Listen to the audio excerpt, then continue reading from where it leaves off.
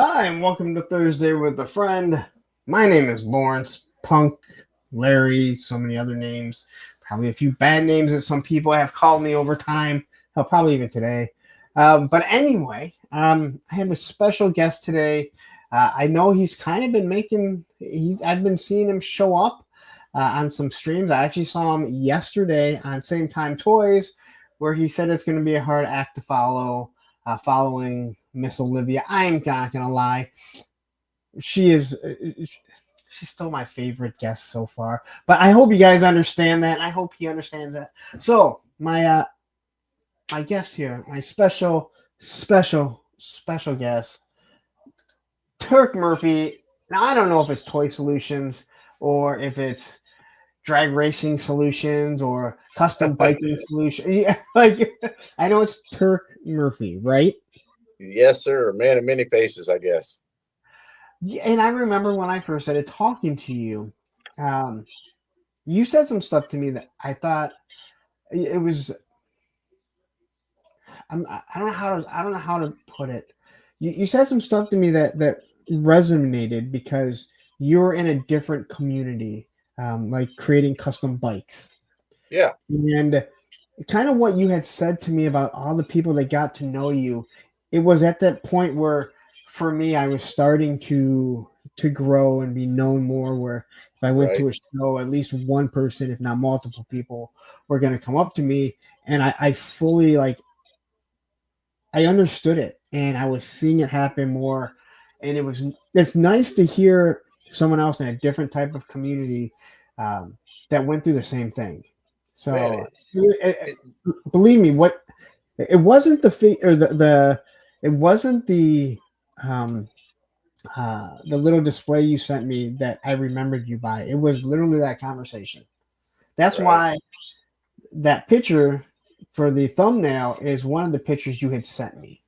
Yeah. That's one of my custom bikes that I built. Yeah, That's and I'm kind of and fell into that shit, man. I had a Harley, and I used to ride around and everything. And people, every time I'd go to the bar or whatever, the first thing they'd say, "Oh, I don't like that," or "It's loud," or "It's ugly." Man, I'll tell you what got me into custom biking. My lady at the time, she ran off with my Allstate agent, and I was like, I was beside myself. wait a So I minute, had to do something, and I we're gonna have found to the get into world's. that in a little bit because this sounds like an Allstate commercial here. Hey, hey, it was the better of everything for everybody because I found custom biking. My Harley broke down like right at the same day that I went on my first custom bike ride, and I wasn't even on a custom bike; I was on a regular bike. But I was like, "This shit is cool. I like it," and I sold my Harley, and then started building custom bikes, and really never looked back, man. And somehow people like everything I do. Matthew says you're in good hands. Yeah, hey, it turns out Craig wasn't after I got done with his ass. Well, let's not say anything that will incriminate anyone today. But Well, anyway, I was disgruntled a little bit, I'll admit. I think it's hard not to. I'll be 100% honest. I think many of us have been there, males and females. We've both been there where Yeah, hey, someone it cheats, happens to someone the does best of something us, they man. shouldn't. So. But you know what? There's 26 people here already waiting to hear your story. So let's say hi to everyone quickly that's already here. Earlier we had Daredevil Dave or Dave Del Cruz. I don't even know how to say your name, Daredevil Dave. It's Daredevil Dave I think here. it's Um, Dela you know, Cruz, Dela Cruz? No, I it's just believe. I don't know. I could be wrong. I don't see it at the end. I just say Del Cruz. Oh well, he's dead, Dave to me. Uh, We got Same Time Toys, Krusty Old Crow. We're just full of toys showing up on time for once. Here is Daredevil Dave right here. Mr. Mad Gus is here. We got a whole bunch of the same people that were chatting. Did I say Same Time Toys? We got Matthew Maston, 3-star draw, who congratulations on 1 year. But I guess I have to say congratulations also to Same Time Toys, who they both had their year anniversary like 1 day Yeah. apart. Krusty Old Crow. And we have Woody Triple Two say good day, Punk and Turk. I said good day. Matthew Matson already. I think I did. SCS Dog. It's a lot of the same people. And here's a name I have not seen in a while. The Real Grievance. Oh Great man, to see you back here. I don't know where you've been. I hope all has been good with you. I remember you buying lots and lots and lots of stingers, which I do appreciate. Beardy McBeardison, man, who's we have a GI Bro who has the best guns in the business. Guns on his arm, so guys, not he might have the right? best. I don't know. Viper Scout is here. Whew. We have Todd C. We have Checkpoint Alpha. Is that about it? We have Will, my boy Turk. I don't believe I've ever seen Will here. Obviously, he's saying your boy Turk. You must know him.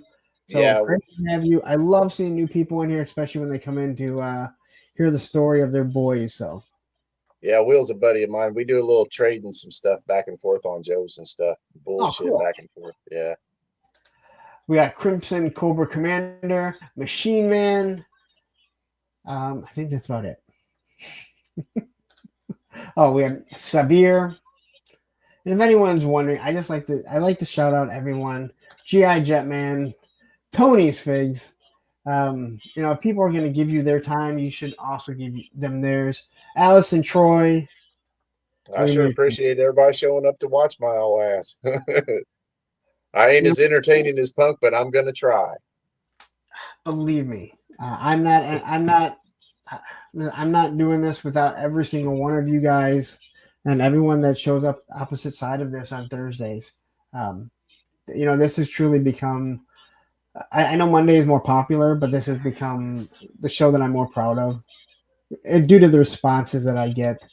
And I hear that people are excited when I ask them on, which, again, you guys talk about, like, I know so many people say, like, they're like so happy and they're thankful, saying, "Oh, thanks for asking me on." Dude, I'm grateful that anyone says yes, Right. and that people Man, it's a great time, because you get to learn who the other, because we're all in the chat together. We all hang out, we talk, you get to learn more about the person that you're talking to, it lets you relate a little more to them. That is everything that I wanted. And this all, again, I've talked about this before. It all stemmed from watching like Geek Dad Life and some of these bigger channels where it's like, who's this guy? Who's this guy? Other people got to be asking the same question I am, right? Like, what's his story? Yeah. And again, it took time. It took time for it to build because there were people that didn't care. Like, they didn't want to know somebody. They didn't want to sit down and get to know the person opposite. But eventually it happened, and I was excited for it for sure. Let's see. I think we're all became friends, and whenever you become friends with someone, you want to know a little bit more about them, the ins and outs of them. So you're more friends than just acquaintances. Yeah, I know I do, and we can only talk toys so much. At least I can. Right. Eventually, it's like, come on, there's more to someone's life than just toys, right? Maybe not Matthew Matson, because that guy watches more toy tubing than anyone I've ever met in my entire life. If Ed was in right now, he'd chime in and say, yes, you're absolutely correct. And then we have 2D 3 Troopers, who just became a channel member. So what you get there is a welcome to the creamery. And thank you very much. And here's Ed right here. Man, does that bastard ever take a night off of YouTube now? Oh, you're talking about me. I thought you were talking about Matthew and how much YouTube he watches. So let me ask you, do you mind me asking how old you are? I am 51, buddy. I just turned 51 a few days ago in March, right at the end of March, March 26th. Just over 2, well, a year and a half older than me or so. So same age range. Yeah. I know when you talk to people that are in the 40-year, that are 9-10 years younger, it's a huge gap when you talk about toys. Because for me, there's no turtles. Like I obviously know there's turtles, but turtles came after my time. And let's be honest, that's one of the largest toy lines of all time. So I could care less about turtles. I'm glad that they're there for the people that want them. I found some of their. I think the animated movie is really good, and my kids Yeah. enjoy them. So I actually Um, have my kids' stuff downstairs right now, like a little shelf of them. mhm. But yeah, you see a huge difference. But this age here, this is the Star Wars age. I mean, this is really what it should be called, right? The Star Wars age. Really? And I seen Star Wars at, I think I was like 5 years old, 5 or 6, and we waited in line, and it was free, but you had to watch a Jesus movie before. It was like a church thing, and you had to watch the Jesus movie, and then you got to see Star Wars after.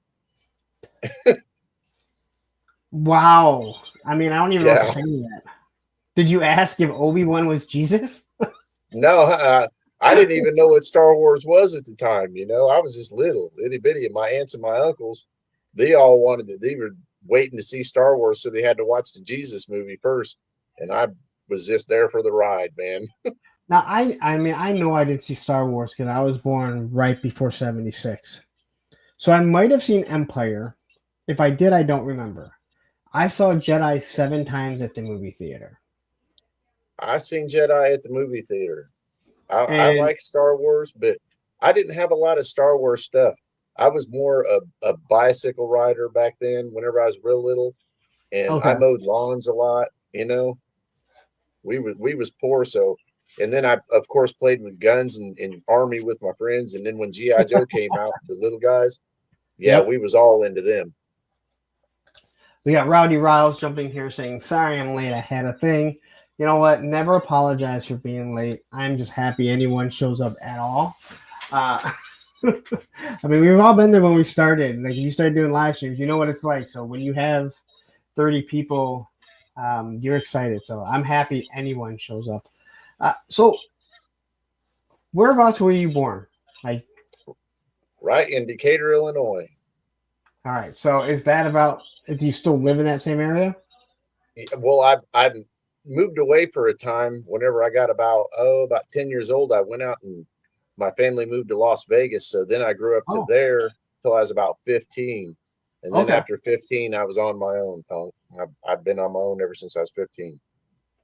All right. So again, you're my age. Well, a little bit older than me. Yeah, a couple So do years. you remember like the first? Well, what was your family like? Like, did you have siblings? Mom and dad together? Uh, well, my mom was married to a man that was an alcoholic, and he wasn't a very good guy. We'll just say that. And Okay. finally, after time went by, she finally got away from him, and that's whenever after that we moved to Las Vegas, and then she met another guy, and he became my stepdad, and he was a real good guy. He was the guy Okay. that really was my father, but They of raised you. course they had a falling out, and then after that, man, I was on my own.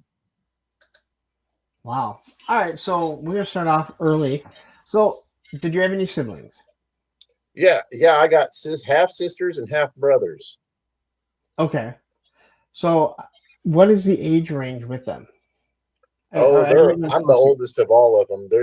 They range. I think my youngest sister is about 42. She's probably right at your age I'm not because you're 42. 41, right? No, I'm 49. Oh, you're 49. Oh, Yeah. No, where did I get 41 at? I think we're about the same age.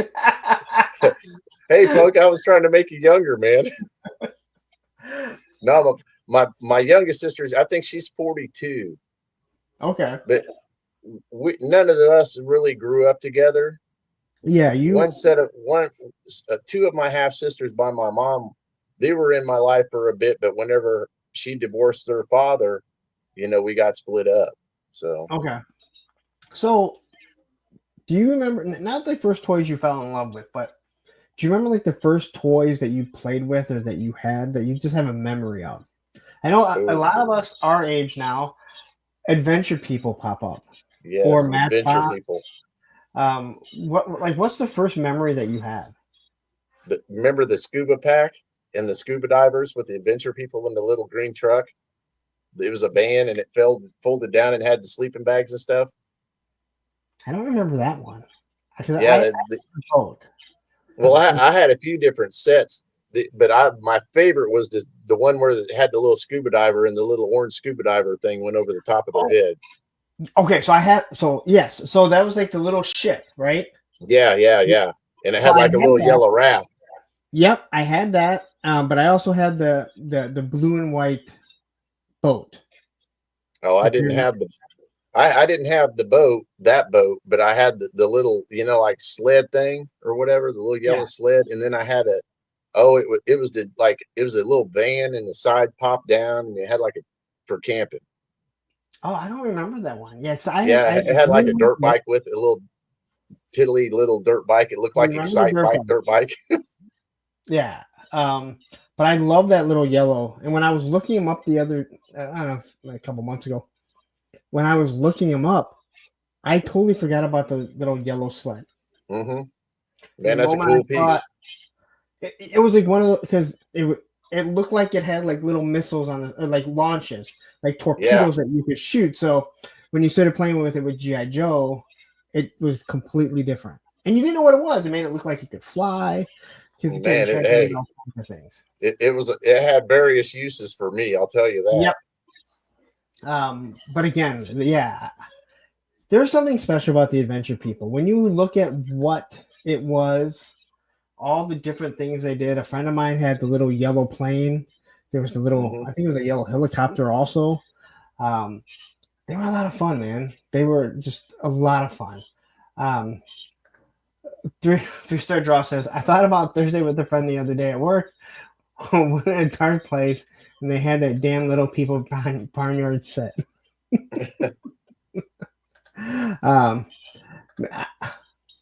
Okay, I was spoiled. I'm not gonna lie, but I didn't have that. I had a lot of GI Joe stuff. You know, my dad suffered, and not about me. My dad was in the auto. He worked at the Dodge truck plant, and you know there was a time where Dodge trucks didn't sell because they were ugly as shit. No, all through the late 70s and 80s, nobody wanted that shit. You couldn't give it away. Oh, and luckily, like the plant my dad worked at was where they made the Dakota, so they were making the Dakota there, which was a nice looking truck, a mid-sized truck. And then in 92 when they decided to finally make the big rig style. My dad still calls it the BR because it was called the big rig. Like that's what the code was because it looked like a big rig. My dad called it the BR for the longest time. No one else did because no one knew what it was. Right. They didn't know the actual code for it. Hey, a lot of cars, like they have certain code words for them. Like whenever I was in the Datsuns, they got like the Datsun 280Zs are called the S30s. Yeah. The BMW 325i is an E30. And then they got E46, E28. They got different models. And a lot of cars are called model numbers by that, like especially in other countries. Yeah. Our copiers are the same way. Like probably for a while so. they were birds of prey. And sometimes I would like if I was down for training, I'd say it. And a lot of people wouldn't know what I was talking about, but the instructors would. They're like, you're not supposed to know that. Like, no, everyone knows it. If someone tells you, you know, I'm surprised that people didn't know it. Ed says the 1978 Dodge Power Wagon was gorgeous right before they changed to the ugly looking trucks. Yeah, they were ugly until 92, I think they dropped. Something like that. That newer body style, 3-star said 95. It was I believe 92, 91 or 92. Because they dropped I think you're right, Punk. Yeah, they dropped it because, you know, and especially before you had the internet, you know, the auto show was here. The biggest auto show was here. And, you know, they all talked about it because Dodge started doing something special and they lifted up the truck, you know, like 10 feet off the air and nothing was there. And then they dropped it to show you how strong the suspension was. I'm willing to bet that thing never drove again. Hey, it might have. I've seen some of them old Dodge trucks take a beating. But anyway, enough about that. So you didn't have any built-in play friends. You remember your adventure people. Was there anything else that you enjoyed around that time when you were probably, what, 4 or 5 years old that you can remember? Yeah, it was playing with my friends and going out and just being out of the house. That was in the time whenever we knew that, when the street lights came on, that we had to be home. Okay, It I'm was. sorry. Darren's making me mad because he's trying to tell me it's 95. It's not 95.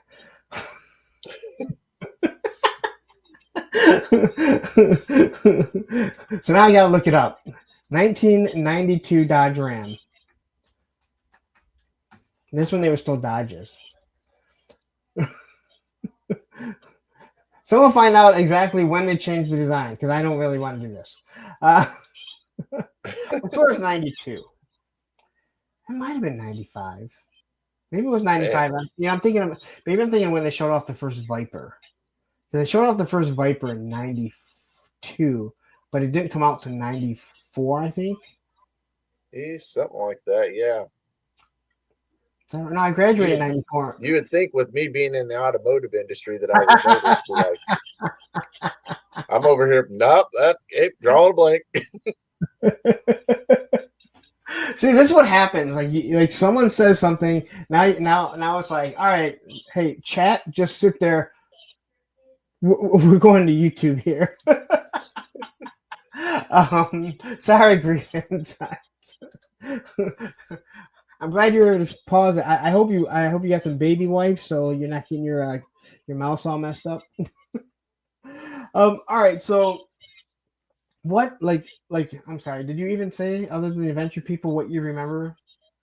Well, yeah, I mostly I like going out and having all the friends in the neighborhood. We knew where each other. We couldn't call on the phone, or we didn't have to. We just go by the houses. We'd round ourselves up, and then we'd go have our fun. I miss that because nowadays kids don't do none of that. They just call on the phone or text. They don't even call. Yeah, my grandson, he'll text me. He'd be like, "Grandpa, this is out. I want it now." And I'm like, "Oh, okay, I'll go get it." In a wild goose chase, and I'll go. So I know, again, as we go at our age, I think most of us had Star Wars figures. Oh yeah. I mean, I think it's almost impossible. I really do think, like, we are the Star Wars generation. That kind of changed everything. But do you remember, like, the first toys as a kid that you fell in love with? I don't say collecting, because we didn't collect. It was the adventure people. So that was the first, yeah. So you fell in love. That's what started the action figures. I was in on action figures after that, and then it went. When He-Man came out, I went into He-Man for a little while, and then I found out about G.I. Joe from a buddy at school, and it was over with. Then I was all Joe. Really? So yeah. Right, buddy? Roman's making all kinds of noise here. So you got He-Man first, and then found out about G.I. Joe. Because I feel like most people are the opposite way, and I don't mean like people found G.I. Joe and they stayed in the G.I. Joe, or they found the He-Man after that, and that's when they kind of went, okay, I like this, mythical stuff more than anything. More than like military. But that's kind of odd that you found the He-Man, which I think came out after Joe, didn't it? Oh, well, I didn't find out about He-Man or until Joe. The 12-inch Joes. I had some Big Jim's Pack. I don't know if you've ever heard of them. Oh, they were kind of like the 12-inch Joes. I had some of them that I played with too, but they were more like Barbies, and your buddies would heat you up for playing Barbies. So yeah, 10 times and three stars saying that Motu. I thought it came after Joe. I knew they were right around the exact same time. Yeah, they were pretty close, but I think it was first because I was into He-Man for a while, and then my buddy at school had some G.I. Joes. I think he had Grunt, and I was like, man, that was the coolest shit. And he goes, I couldn't bring the Vamp. He was like, I couldn't bring the Jeep to school with me. He goes, but I got this snuck out. I was like, oh. Hey, he pulled it out of his pocket. You know how the light glows? It was like that. With that tiny little M16 and the tiny little backpack. He was missing the thumb, and he didn't have a backpack, but he had the helmet. So clearly he was a straight arm figure. Yeah, he was a good one. One of the OG ones. Those straight arms, like, great idea. But I'm so glad that they saw quickly. Yeah, and the Kung Fu grip. Yeah, let's change it to the swivel arm battle grip, and because it changed everything. I mean, let's be honest. Like, I like Chips, Dukes of Hazzard, they weren't holding anything. No, You know, I don't even think Chips like came with like 6-shooters, which you would have thought they would have had like your revolvers. Because I don't remember them having anything, and I know I had the Lone Ranger figures, but they were soft. They were soft figures, so you didn't have right. breaking the thumbs and stuff. Um, so you find He-Man, or you start playing with He-Man, or whatever. What was it about He-Man that The cartoon hooked me. okay? Yeah, and Have then you watched the cartoon? Snake Mountain and all that. I all the how the whenever the credit or whenever it starts out, doom doom doom, and then Yeah. it showed Snake Mountain. Oh man, I was hooked. I was like, hell yeah, man, I got to get me some of that. Have you watched the cartoon like as an adult? Yeah, it's terrible. It's bad. Like, I can sit there and I can watch it. Same with GI Joe, but like it's what you always want to show your kids like what you watched. And it's one of those things Yeah, I showed my kids, and my 18 and 16 now. Like if you show them and they're like, "Yeah, I'm not watching this," you can't even be mad. You can be like, "Yeah, you're right. I I'm get only it. watching this because it brings back those memories." GI Joe's bad. Transformers, in my opinion, was the best of them all. Man, Transformers was a good cartoon. You know, I That's mean, why I like GI Joe. I watched Transformers, and I had a couple of Transformers, but it was a GI Joe for me, and I was all in on the Joes. no, and I'm with you, but like, and again, it kind of goes back to my statement of the movie Rad is the greatest extreme sports movie of all time, and it kills me as a skateboarder to have to say that it's a BMX movie. Just like I can't say GI Joe is better than Transformers, the cartoon, because the cartoon for Transformers was way better. You know, they're Transformers robots. was good. I ain't gonna lie. I like Transformers the cartoon. It just I think maybe is that like I wasn't getting like I had a couple of the smaller ones that I traded from buddies, but my mom wasn't buying me no Transformer, because it was way more money. So someone had just recently brought up how Transformers were way more expensive, and I guess I never paid attention. But Yeah, that they were. makes sense why almost every kid had GoBots. Yeah, had GoBots. I watched the Uh, GoBots too. That the GoBots were cool, but the GoBots cartoon it wasn't as good as Transformers though. no, but it was fun. The fact Yeah, they it never was had to worry fun. about losing a gun because they just shot with their fists. They Hmm. shot lasers out of their fists. The only thing you had to worry about was losing all of Psycho's wheels. Yeah, And Checkpoint Alpha was saying, "Oh my God, Red was the best movie back in the '80s." What do you mean back in the '80s? It's still the best movie. I I wish I could say Gleaming the Cube was better than Rad. It's not even close. no, it Gleaming wasn't. Gleaming the Cube as a kid, as a skateboarder, I could even tell when he would switch stances. It, Hey, I remember when it came out, Punk. We went like a bunch of us skateboarders. We was like, hell yeah, skateboard movie. We went smooth and watched it. It was terrible. We all walked out. It was that bad. We was like, what is this? They ain't skating. it's a teenager that his like half brother or his adopted brother gets murdered, and by the end he's banging his dead brother's girlfriend. Yeah. Rowdy saying she wasn't even alive. Matthew, I have not seen it, but I did start following the Instagram, so I gotta go and watch it.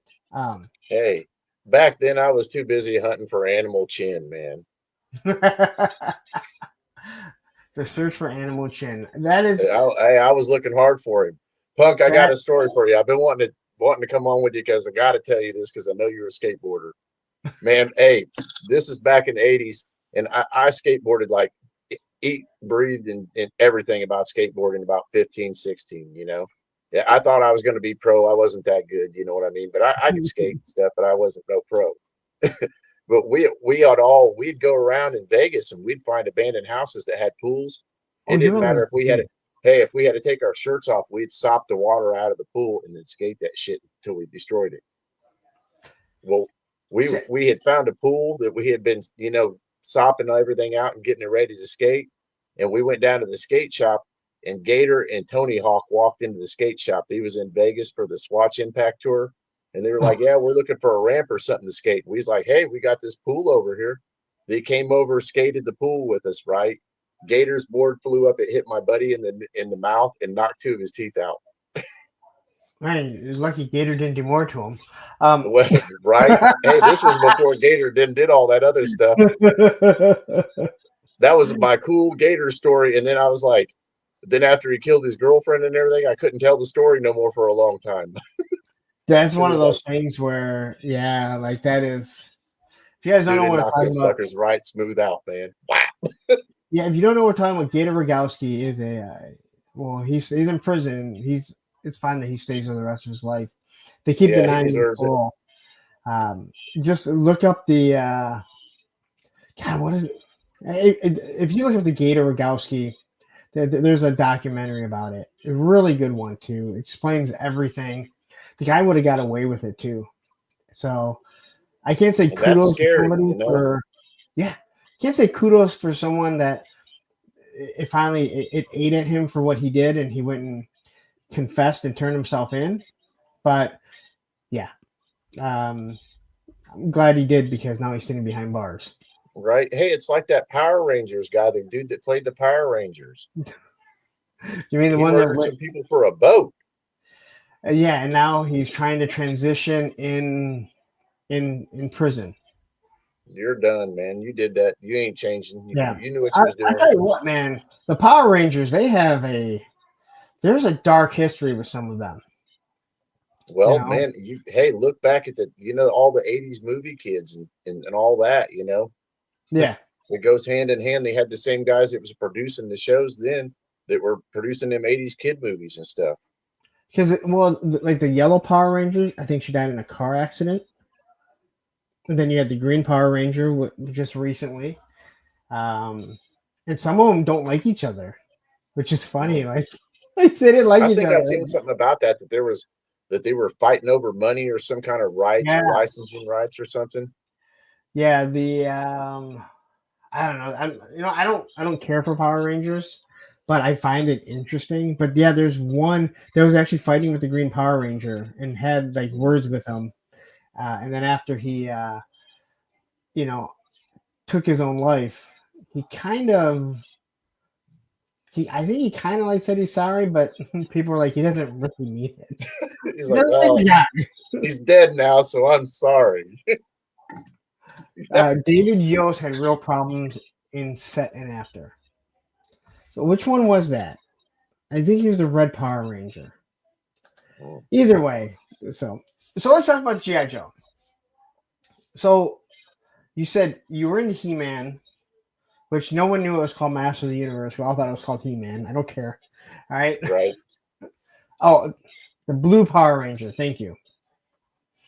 All right, blue. Okay, not the blue pill.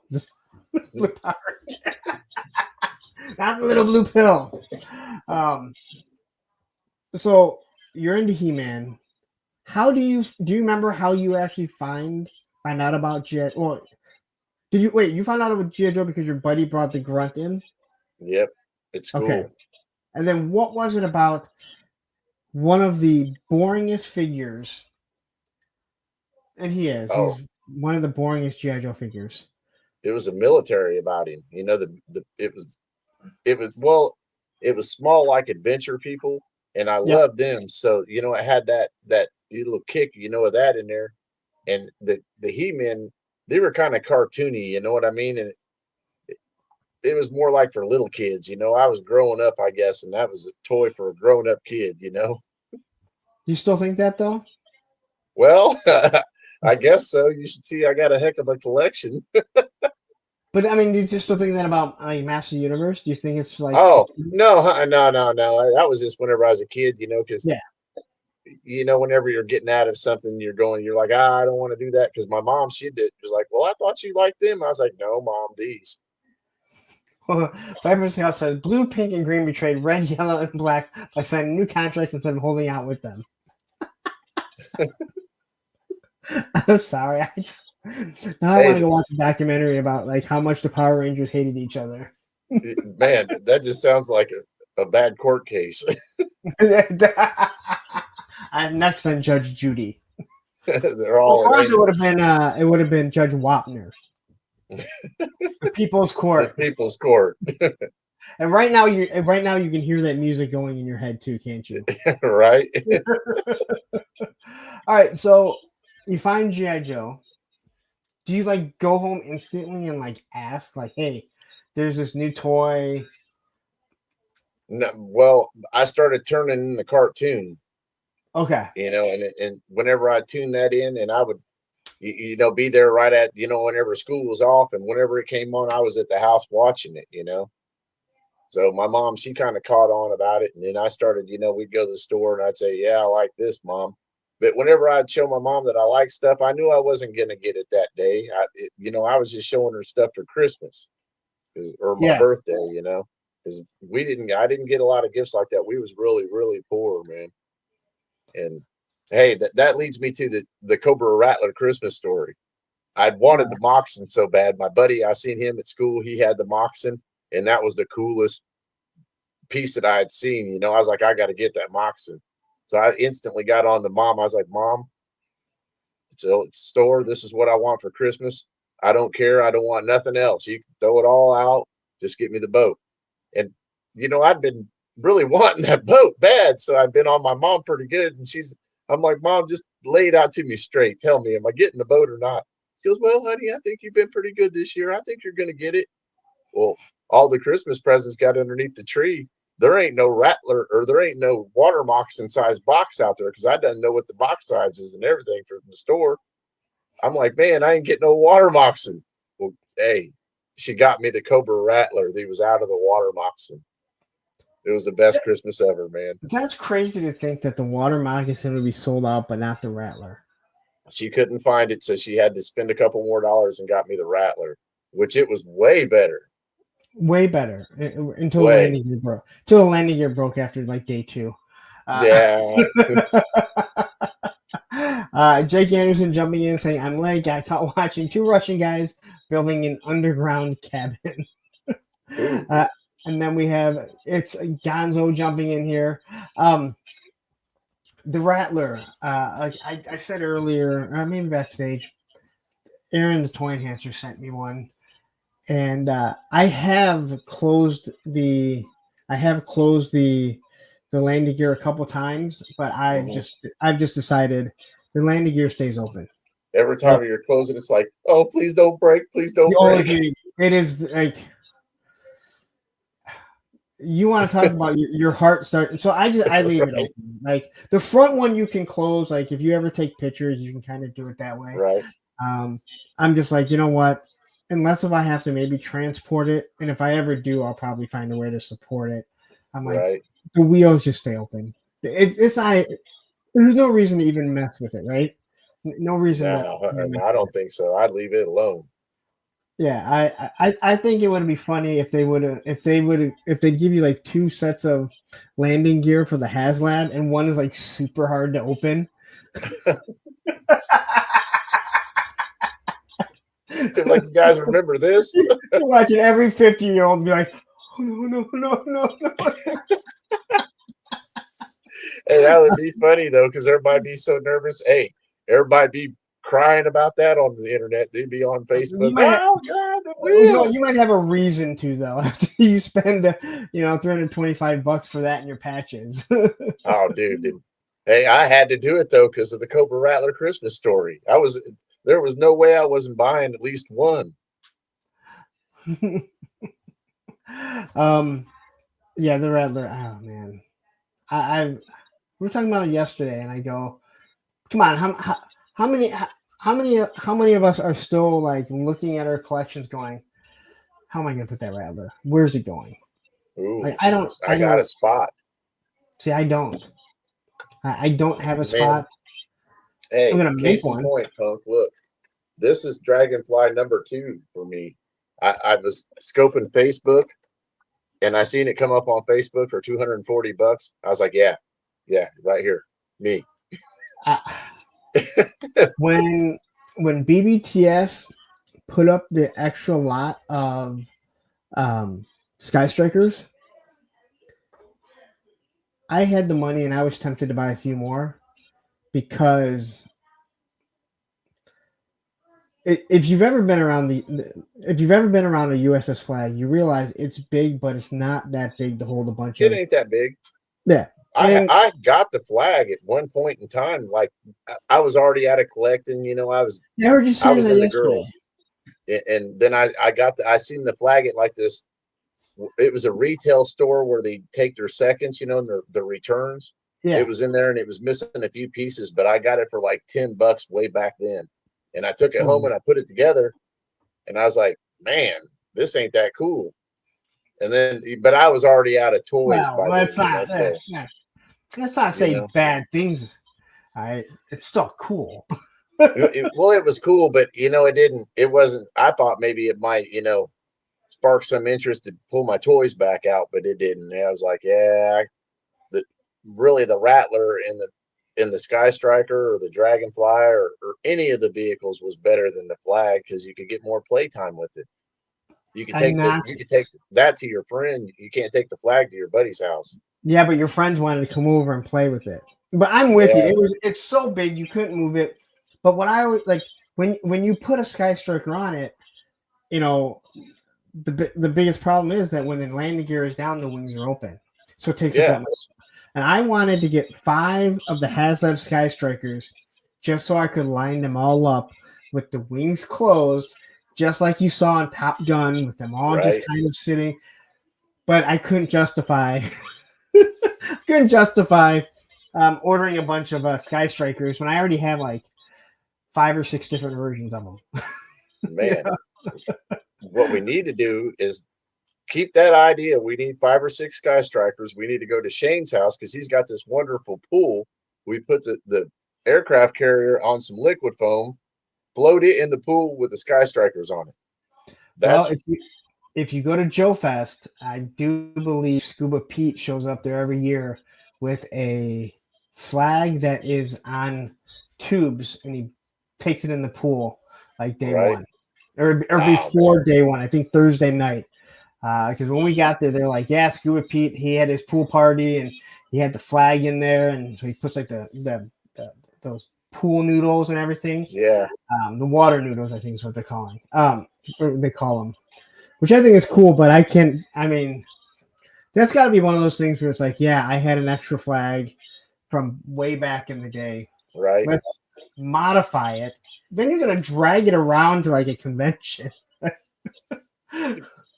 Yeah, it ain't small.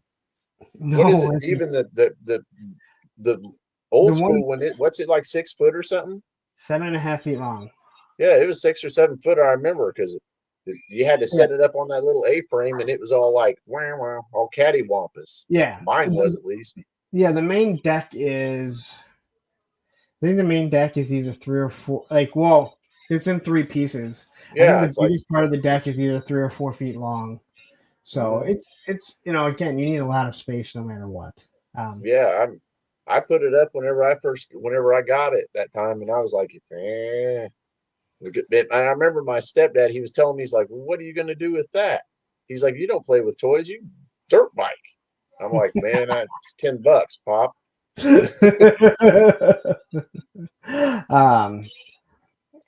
And Viper Scout says the Sky Striker wasn't a bad deal with 7-carded figures, but ketchup and mustard would have made it a great deal. Dude, I'm still pissed off about that.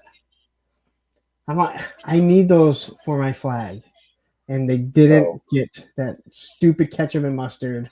The air traffic controlman or whatever they were. Yeah. I know Matthew's going to be like, that's not what their name was. Like, they were the ones that told them where to go.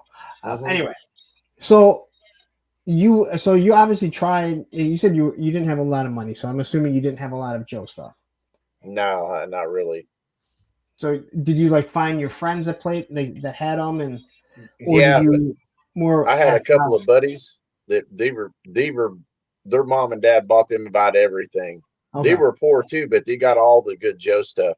I had a few Joes, and I would trade around, bike parts or other stuff or whatever, or buy them off my other buddies. But I had a few Joes. I didn't have no great collection like I do now or nothing. But I would go over to my buddies Aaron and Andrew Fitzgerald, and they had the Terror Dome, the hydrofoil. They had all the good stuff, and we'd play with them over there. Okay. So how long were you playing with toys? Like when you got into middle school, were you still playing with toys, or like did you have certain friends, or did you just kind of No, you were just whenever I moved out to Las Vegas, toys was pretty much done for me. I was okay. in, middle school then, or just getting ready to start middle school, and it was more about riding bikes and skateboarding and dirt bikes and stuff. All right, so you've brought up bikes numerous times, and I know because I've seen you do these customs. I've seen your customs. What what drew you to? What did you do BMX biking, or were you Yeah, just yeah, BMX biking. so? What drew you to that? Oh, we just there was like a bunch of trails here, and we all raced, and then of course then freestyle came in, so I was freestyling and skateboarding and shit. That So that's really the freestyle and the BMX. Whenever BMX kind of shifted over to the freestyle biking, that's okay, whenever it took over, and I was more of a instead of being a BMX guy anymore, I went to freestyle, and then so and then I skated too. so how long did you ride BMX through freestyle? Was it something that you Oh carried on even to like your adulthood? Like, because you said you no, no, skated no, for a no, little bit. no. No, like I said, whenever I was about 15, I was on my own. I was just skating. Then after that, I'd quit Okay. biking and everything. I was skating. I'd go ride a few dirt bikes every now and then, but mostly I like skating. And then of course, you meet a girl, and then skateboarding goes out the window, and Nope. then you have to start working because you have kids. That I And know. hey, it was work. After that, for a long time, all of the fun stuff like biking and everything, all that was gone. I rode some bikes with my kids when these growing up. We'd go on Yeah. adventures. I'd take them fishing on them, but like to say, hey, let's go out and go BMX racing, or let's go freestyling at the park. Yeah, I wasn't doing none of that. I was busy working. All right. So you're in middle school. You're riding your BMX. Then you get into freestyle, which is still BMX biking, but it's Yeah, freestyle pretty biking. much. Then you kind of got into skateboarding. Like, how long did you do all this for? Did you just do it to about 15? Well, I skated up into my 20s. Okay. I probably even 25 or so. I wasn't no hardcore skater, but I still skated. I had a deck and stuff. My older children, they're a little older because I had kids young. Whenever these growing up, these skated and biked too. So, of Okay. course, they'd get dad out there, and they tell their buddies, "Oh, my dad can ollie yay high," and I'd go out there, my dad can kick flip, or 360 shove it, or whatever. They have me out there and do it. I couldn't do it now. I don't think I got the balance for it, man. I kind of laughed because I was watching, I was listening to something about Jason Lee talking about his kids. And I was like, that would be so awesome. Like his kids going in, like, there was always punk skaters that were talking about how good they were. Just be like, yeah, my dad is better than you. Oh, yeah, really? Yeah. Yeah, he is. I wasn't that good. But just to have like a kid, because it's funny because so many people didn't know that Jason Lee was a skateboarder. Right? You mean that guy from My Name Is Earl? Yeah. Oh, he used to skateboard? I'm like, dude, he was like one of the best of all time. He was Super real good. I'll innovative, tell you that. super smooth. And then you see him skate now, and you're just like, yep, you either have it or you don't. Like that's where you see like pure talent.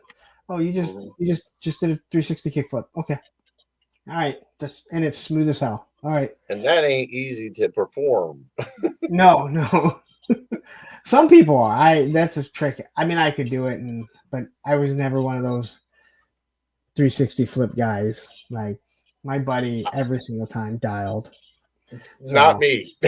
I can land one every now and then.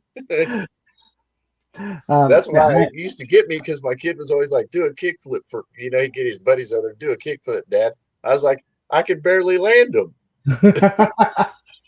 Gustav scuba jumping in here. It's kind of funny when it comes to skateboarding for me. It's like I see people that can kickflip, like oh, I used to skateboard. You could tell they did, but they weren't anywhere. They didn't have the passion or drive like I did, and they'll Right. kickflip. And I'm one of those people that like I don't want to just be able to land a kickflip. I want it to look good. I like want to be smooth. rolling. And again, if someone was like, "Hey, gun to your head, do a kickflip," I'm gonna do, and it's probably gonna be the ugliest thing. I don't want to do stuff like that. So I actually struggle more on a lot of things. And sometimes a lot of things I just stop even trying because I'm like, you know what? The risk versus reward at almost 50 is not worth it. Man, that's why I said I don't even think I could get on a skateboard now. It's been a few years since I tried one. Like, I think the last time I tried one, I was quite a few years younger, and I ollied it in my brother's garage, and there was like car parts and bike parts and all kinds of stuff all over the place. And he's like, "Man, you're going to hurt yourself." And I almost hurt myself. And I was like, "Yeah, you're right." And that was the last time. So let me ask you this. You said 15, you were kind of on your own. Now, Yeah. you start, you're riding your bike, you're getting skateboarding. Did you graduate high school? No, I did not, sir. Okay. Like I said, my home life fell apart. All right. And then I was on my own then, and school wasn't in the cards for me. I did go back and get this is what's crazy, because I went and I got my GED later on down the line, because how you have to have that for a good job. Yeah. So I went and got that, and I scored actually 690 points off of a perfect score. Yeah. So if I would have applied myself in school, I probably would have been, really high level, went to college and all that, and maybe if the girls and the skateboarding and the dirt bikes wasn't around, So let's just talk. So you're like 15 or 16 and you're on. So how are you on your own? I mean, what do you mind going into that? Like what? Nah, well, my mom and my stepdad split up, and my mom, she left, and she came back to Illinois. He put her on a plane, and he was like, "Well, you've always been like my son, you can either stay here or I'll send you home too." And hell, my life and all my friends was there, so I stayed there. And then shortly after that, me and him had a falling out. I had an older woman that I was seeing at the time that was, and he had designs for the older woman that I was seeing, I guess. And we had a little fist fight, and things went, south, and I was on my own. And ever since then, it's just been me, man. So then what did you do when you were on your own? Like, I mean, you're young. I couldn't even imagine what I would do. Well, I wasn't your average Joe. I've always been, a worker. So, and I would go like, hey, I washed cars at first, whenever I was hungry. I went into to a terrible herbs, and I said, hey, I need a job, and they hired me. I worked there for a while, and I kind of stayed back and forth with a few of my friends in North Las Vegas, because that's where whenever I left Illinois, I went to North Vegas, and North Vegas in the 80s was a wild time. So, but I had friends there, so that I got along good there, and I went back there and hung out there for a while. And then, of course, my family, I had some family member here, some family stuff in Illinois where my great great grandma died, and I wanted to come back here for the funeral. So I got a bus ticket and I came back here, and I've been here ever since. Wow. So when did you move back to Illinois? Oh gosh, it was 89 or 90, probably 91, 90, 91, I'll bet. So you would have been Oh, 17, uh, 18? yeah, 17, 18, somewhere around in there. All Yeah, right. So 17, I you think. so you when you moved back to Illinois, who did you live with? Well, I moved back here, and of course, I had childhood friends here, and then by now we're grown up, everybody here that were my childhood friends, they got apartments, and I came back here, hung out with a buddy of mine for a couple of months, until I got on my feet and then got me a job and everything, and then it's just been what it is. So during that time, you're working. You said you were still kind of skateboarding. Now, did you get in any type of music? Anything? Nah, I listen to music, but I've never been a musician of any, like I mean, I but love to torture people with instruments, but like again, I don't play music either, but I'm a punk, and like again, right. But did you ever get into any type of music genre? Like, Oh yeah, well, I rap, punk, you know what I mean? All that. I listen to everything. okay, I was really not like, well, I'm only going to listen to this. I wasn't really like that. You could hear Run DMC and then 10 minutes later hear George Thorogood or the Allman Brothers. so there wasn't any type of music because again, like for me, like music is even though I don't play, music is more than just you know the punk. It's the scene and straight edge and all that wonderful stuff that you kind of look back at in life and like, wow, Yeah, damn, hey, it's been a ride, I'll tell you. yeah. So you move back here now. You're not collecting anything, are you? Like No, you're.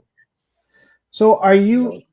There's no more bikes at this time, no, right? You haven't got into Really, motorcycles. whenever I moved back here, I started working and then I hustled. I used to run around with probably guys that weren't so nice, and do not nice things to people, stuff like that. And hey, that was business for a while. There's been a I few was good people at on it. here that have been like that. Hey, we all have certain things. Some people were grown up, where they have everything kind of handed to them, and they have. Well, it isn't handed to them; it's that they were blessed enough to have someone that loves them and that could provide well for them. Some of us wasn't. And I grew up with them people, and I'm, I've I always been that the guy that's poor that ain't got nothing needs a hand.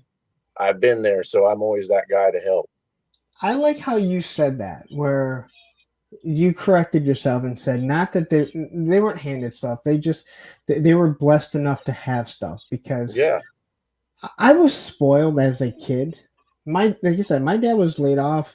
They struggled. And my mom passed away when I was 13. My dad always wanted to make sure that we had stuff that they didn't have. And as spoiled as I was, I felt Right. like I never took it for granted.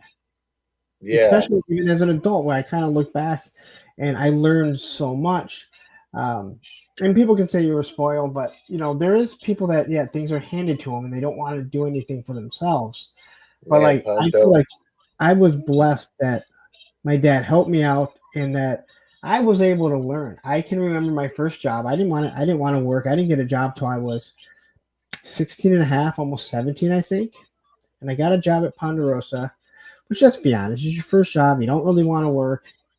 And I didn't want to go. It was a Friday night. I can remember. I didn't want to work. And I asked my dad to call in for me. I said, I don't really feel good. Can you call in for me? He did. I showed up to work, I think the next day or maybe 2 days later.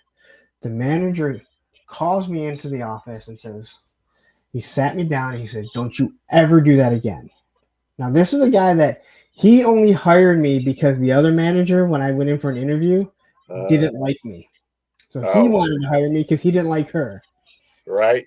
And he goes, don't you ever do that again. And I went, what? And she goes, don't you ever call in like that again. I go, I didn't feel good. And he goes, no. This is your job, not your dad's. You do not have your dad call in. If you don't want to come in, you're a man. You call in and you call in yourself. And I've never let that's never left me. makes sense, man. It And makes sense. and I've been at my job almost 24 years. And I like for me to call in as actually being sick, it has been less than I've called in less than 10 times. I've probably called in 5 or 6 times. Now, there have Right. been days that I've had to call in because my ex's back blew out and she had to have back surgery. Like she's had four back surgeries. She's had other back ailments and other medical issues. Um, so I've had to call, but like for me being sick, I mean they've had to send me home. My boss is no different than me, you know. So they've had like my Right. boss has been like, "Hey, go home and go to the doctor. That's why we have insurance." And Well, he's that's like pretty me, cool. so you know, like if he's telling me, he sees Right. it. So, Yeah. but I love how you I phrase it. huh? I loved how you phrase that. Where Oh, well, thank you. like Hey, there are it just, some people ain't born. Some people are born blessed and some people ain't. You got to watch your words sometimes with people because you can say the wrong thing real quick and have everybody mad at you. So that's why I rephrased. I didn't want to seem like, oh, I hate all you rich bastards because you always rich. No, I don't. You know what I mean? You was lucky enough, and I'm glad you was. yeah, and stuff like that. Where I see a lot of people that are they didn't have it as well as others, and they take it out on them. It you know Yeah, I don't blame any athlete who wants to make 20, 30, 40, $50 million a year. If someone is going to pay you, then shit, get what you can give it get. to me. Now If I don't you're want gonna to pay me, hear hell, I'm yeah, taking it. I don't want to hear when you're broke 3 years after you retire, after you've made 200 million. I'm sorry, I don't want to hear that. That's on you. Right? Because we all can live off $50,000 to $100,000 a year. Well, maybe not It, coming up, that's but bad management, is what that is, sir. exactly. And Matthew says Punk pisses people off all the time. That is true.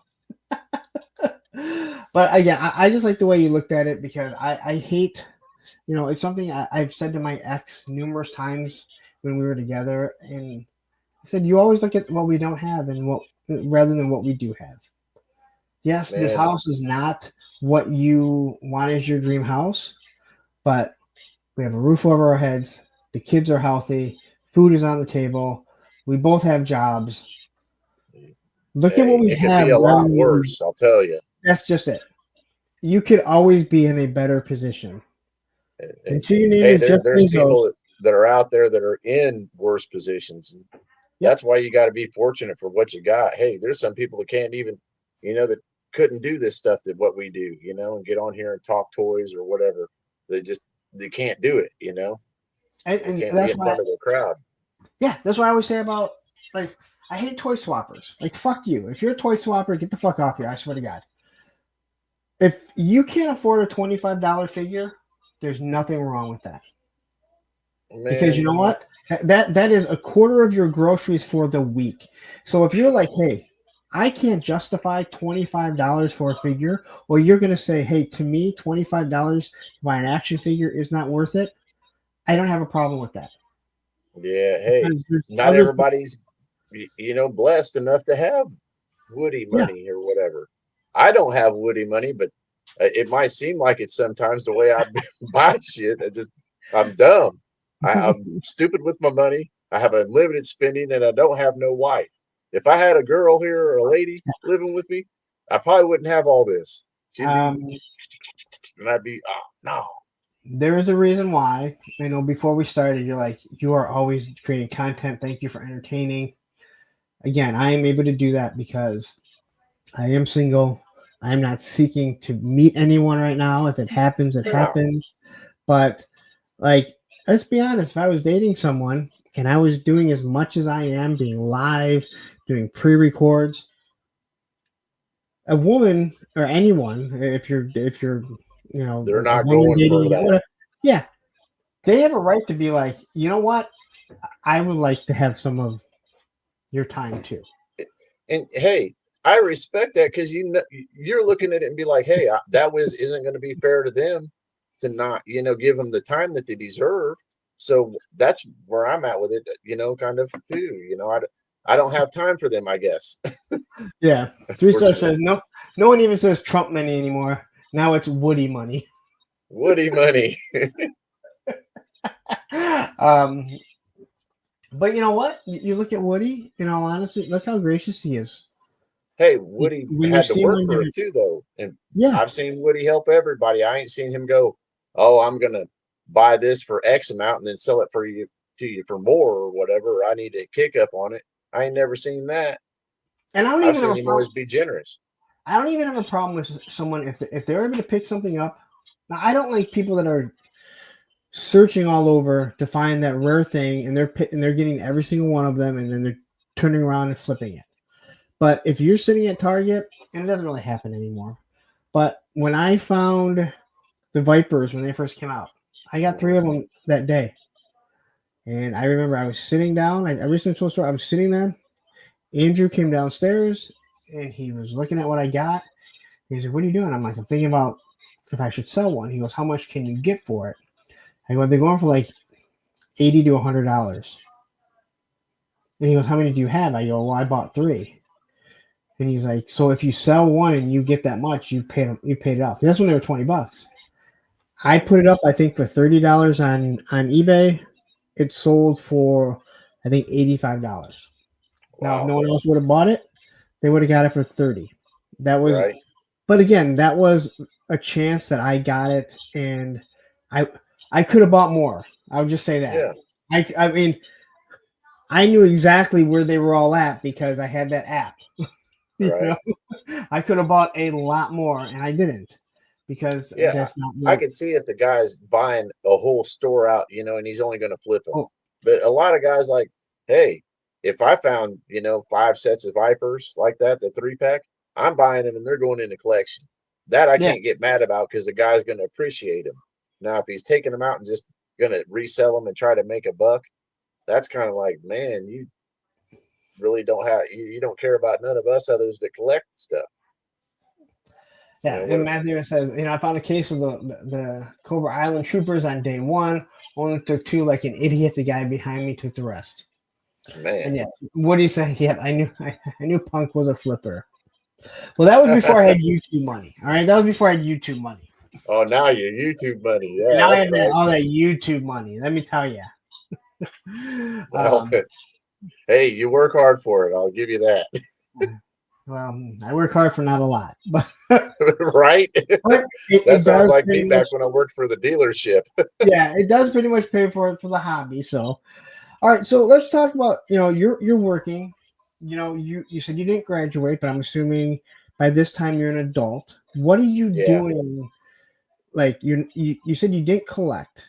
Like when do you kind of figure out what you want to do, or what, like maybe not even what you want to do, but where, like what way your life took you to be in a profession?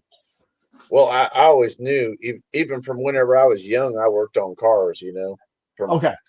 5 or 6, 7, and I've just always been gifted around on working on cars. And so I've always been a mechanic of Okay. some sort. Now I've did other jobs, I've poured concrete, I did, roofing, siding. I had a siding company for a few years.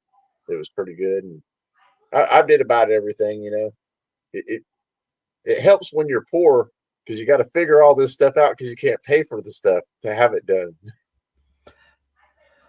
Yeah.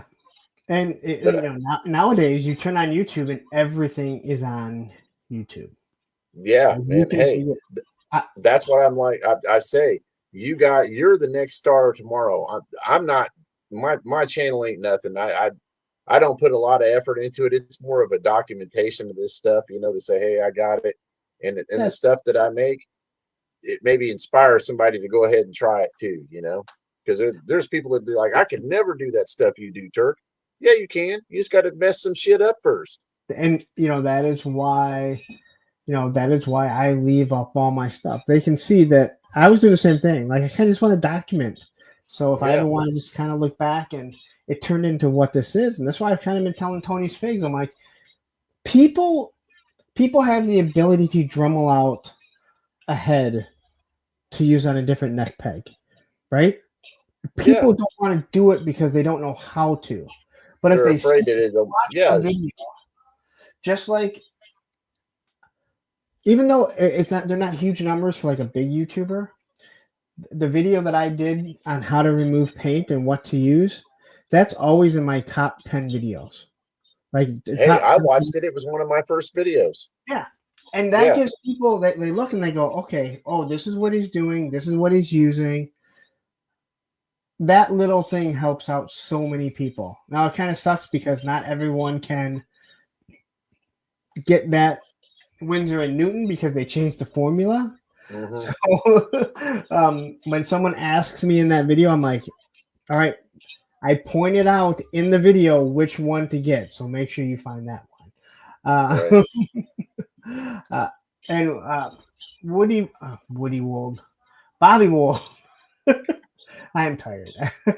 Your channel is great. Your channel is great. You show people one way of building or customs in a toy. It's always great to see different points of views on toys. Yeah, especially when it comes to customizing. Yeah. When it Thanks, comes to Bobby. I appreciate customizing, that. But you know, that's really what I started, is to help everybody out. And the guys because a lot of people, they have doubt in themselves. Man, yeah, you can do it. I want to be the guy that's always there going, you got this, man. You can handle it. and like you're not there, like if you're there and you're like, all right, well, this is how you drummel it out, right? This is Mhm. how,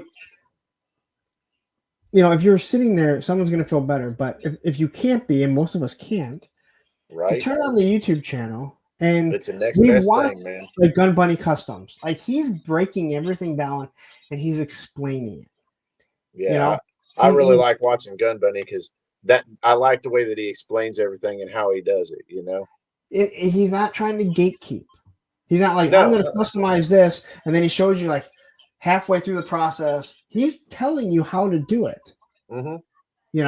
Hey, this thing is actually very easy to break down. This one, not that easy, but I'm going to show you what to do. And Right. again, it's why I do my reviews the way I do because first off, they're easier for me. I don't have to edit that much. But people want to see how difficult that figure is. How difficult is that Mythic Legion? Is it frustrating? Yeah. Right. Was that Red Sonja frustrating? It is. You better. Where other people, Articulated Ninja, The Amazing, they show you amazing photography, amazing pictures. They're going over the stuff. But how long did it take you to get into that position? The Amazing, bad example because we watched them put figures in ways they're not supposed to go within Right. seconds, and you're like, all right, you are not fair. You clearly have the magic. All right, I don't know Hey, what I don't know I have what. no pose magic. None. The Amazing. I was watching a couple of your videos and you just grab him out, man, and pose deep up. I was like, damn, man, how's he do that so quick? I'm over there grabbing him and I'm like, Thank you. I try. I like to get them in position, and I want to show people. Like I just did. I just did the ATL 25. Right, it'll go up tomorrow. That figure is pretty frustrating. Like it looks pretty good, but there are some things that are very frustrating about it. Getting it into right. certain positions because of how certain things move on it, and it's Yeah. a Well, four horsemen. they all move different. Like I got some other figures too, and not every one of them, articulates the same. Yeah. Where you give me a classified, and other than the single jointed females, they all articulate very similar. Mm-hmm. There's some things you can't do, but for the most things, they're pretty good. Let's see. Woody says the reason why I fuck with Turk is because he's a man's man. They're easy to notice in the space by another ordeal or one. Uh, we've been fooled a couple times, but it's all gravy. Live and learn. Woody's getting off like, what is it? It's not physical. God, I can't think of. It's like the word is right there. Philosophy. Come on, someone can make fun of me. Yeah, I'm drawing a blank too. God, it's philosophy, but it's not the word philosophy. Philosophical. That's it. Thank you. That's a big word. I can't say big words. Yeah, I get lucky every now and then, man. Yeah. Yeah. See, I knew these guys would think it. Ed Yeah, is probably they're all screaming. chiming in. Yeah. Ed's probably screaming at the TV. He's like, You're a fellas, stop fucking my idiot. call. Ed is gonna be yelling at me at Joe Fest because we're sharing a room together. He's gonna be like, "You're such a fucking idiot." He's like, "I can't believe people watch you." Hey, they watch me for some reason too. I don't know why. I think I got a whole like 50 or 60 subs now, man. I'm kicking ass. Hey, we all start somewhere, man. I tell everyone that, man. It's when I was talking to backstage, I was talking to Darren and Pop yesterday before we went on, and I was talking about the Mythic Legions, and he's like, "That thing's actually doing pretty well." He's like, "You have like 150 views or something." I'm like, he's like, "Maybe that's not that big for you." I'm like, "Well, like for G.I. Joe, it's awful. Like if I had 150 in a G.I. Joe video in it, like Right. a day, it'd be awful because I usually get about 1,000."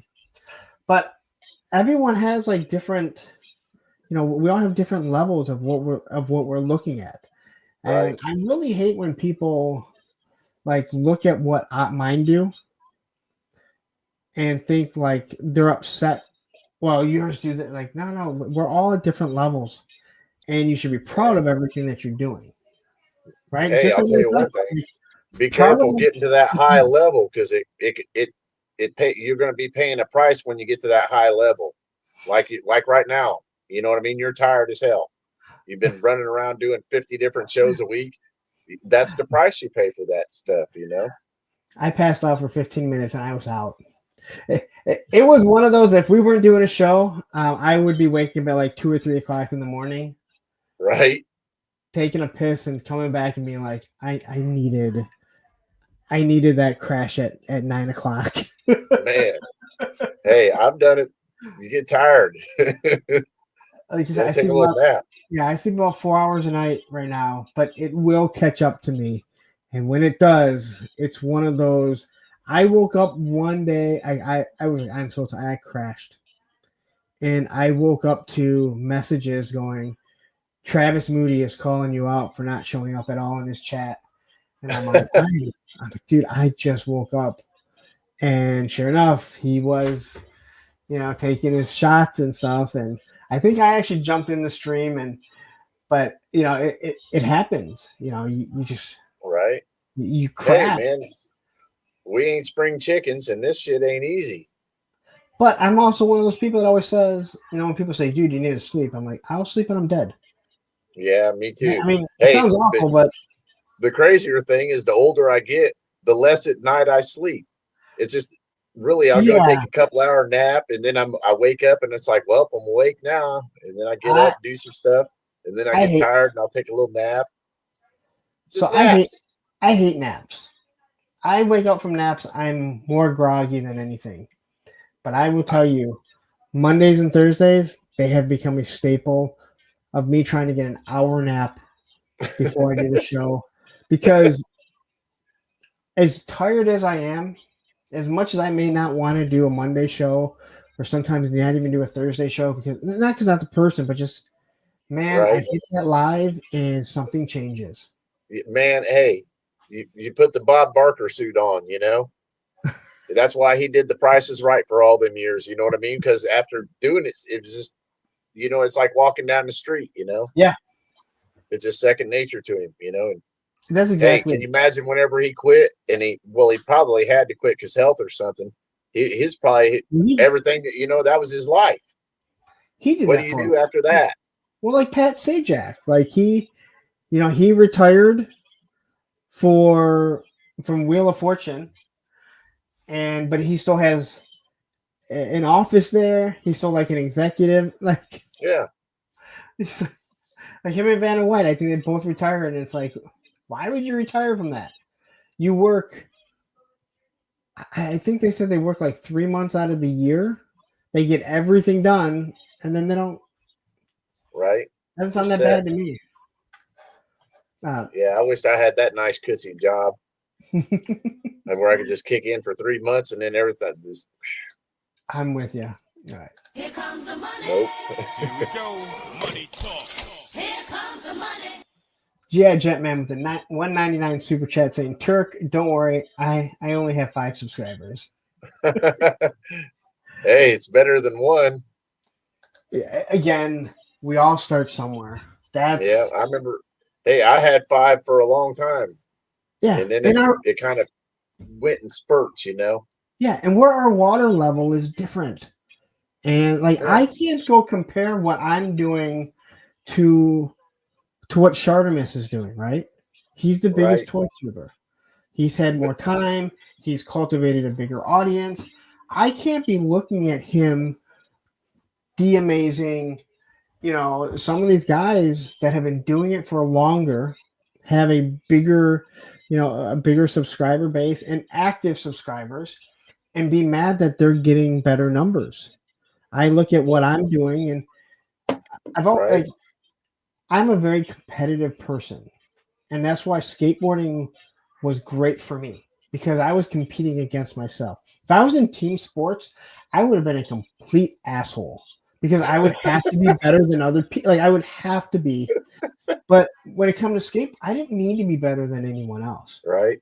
And I've always said, like, if you and I are skating, and let's say you're one of the good, if you're one of the really good skaters, if I'm saying I want to be as good as him, or I want to be better than him, it's not because I want to be better than you. It's because you're that good.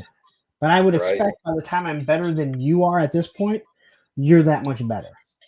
Well, Like I you don't can want to rest compete assured, against my myself. friend, you're better than me at skateboarding right now. Allison asks, "Is there a link for Turk's channel so we can, so we can make sure we're all subscribed?" Okay, I did not put anything in because I didn't know if you were actually doing a channel. Yeah, I Probably should put little ask. videos out here and there, and customizing stuff. No one can do it for. No one can do it because I'm the. I don't think Matthew, can you find Turk's channel? I'm not good at this stuff. And the worst thing was we ragged on Travis Moody because of this, and I'm just as bad. There was one day we went off on Travis in the chat. Well, Um, I might not be all that technical savvy myself. Like the 3D printing the guns, I'm telling you, it's luck how I figured it out. I had Sheer someone, luck. I don't even remember who it was. Somebody had hit me up on Instagram. This was about 2 years ago. And said, "Hey, I 3D printed a bunch of weapons. I would love to send you some." Okay. He sends me these weapons. It's not you, was it? No, And I had to like vet him. I was talking to KJ because he was friends with Kate. He's like friends with KJ also. So I messaged KJ and I'm like, "Hey, do you know who this is?" He's like, "No." He goes, I think he just kind of runs in the same circle." And he looked and he's like, "It seems legit because he has most of his he's a tattoo artist." He said, "I don't want to just give my address out, right?" And so I thought, I'm like, okay. And he sends me all these 3D weapons. Some of them were some really weird colors. Some were like clear. Some of them were red and stuff. right. They were done so well. Very few of them to this day have broken. And I still use them. And they're probably about 2 years old. I have so many weapons, like I said, but Right. I go, "What do you want?" I don't want anything for them. I go, "Do you want me to promote them?" "Nope. I just want to send you some." He wasn't looking for anything. And to this day, I mean, I still have a bunch of them lying around me. I still have specific figures with it. It's really cool. Do you? What's your channel name? Turk Murphy's Toy Solutions. Okay, because your other things. Because your Instagram is. Yeah, my Instagram is Speedworks. Yes. Speedworks Customs, I think.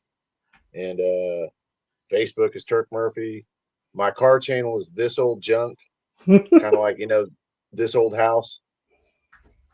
I don't really do too much on the car channel. I need to do more on that because really with my skill set, that's probably where I'd excel at is the car channel. But all bullshit aside, I like doing this Joe shit. I like talking to everybody in the chats. That's why most of my videos are Joe stuff, is because I like the guys that I deal with in it. You know, I like talking to everybody, the community. Oh, you're Checkpoint Bravo. That's right.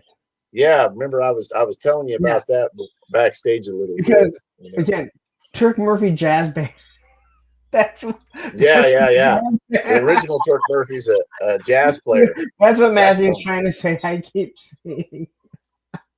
No, it was not. No, it wasn't.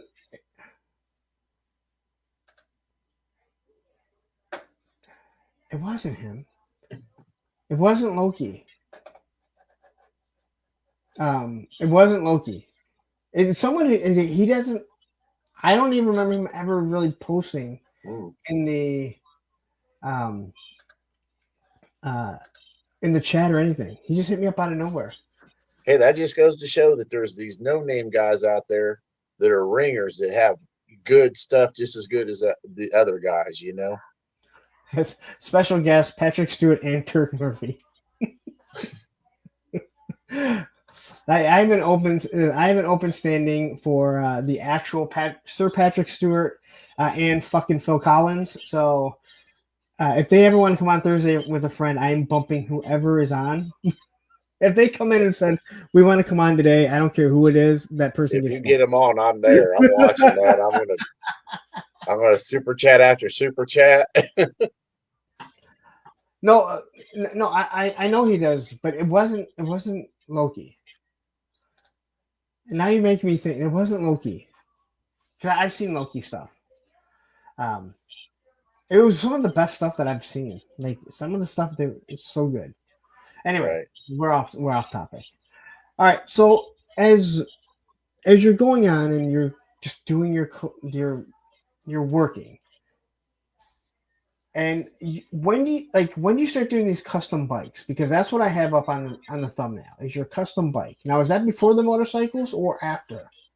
Oh, that was after like I said, my lady, she ran off with my Allstate agent, and I went over with my half brother. Yeah. Hey, it's funny. I ain't gonna lie. It really, you know, whenever you think of bad things happening to you and it's really a good thing, you know, at the time it was kind of a bad thing, but then in hindsight, it was the best thing that ever happened in my life is her taking off. Because hey, I found bicycles again, and I hadn't had the joy of riding a bicycle like that since I was a child. I had such a good time. I went on a ride with a legend in the bicycle community by the name of Art Ramirez. He's known for making a bike called the Bombita. And that guy right there, it was just the way that he treated me and everything. I was sold on the bikes. And then, of course, he was building custom bikes. And I was like, I got to have one. And I didn't want to pay for one, you know, because I didn't really see nothing else that I liked really. So I was like, I'll just make my own. That's one of the things. All right, Turk's YouTube channel is now in the description. So, I meant to talk to you about that before, but I apologize. No. Jake is State Farm. Yeah, Jake is State Farm. And that's not Greg even the was real Allstate.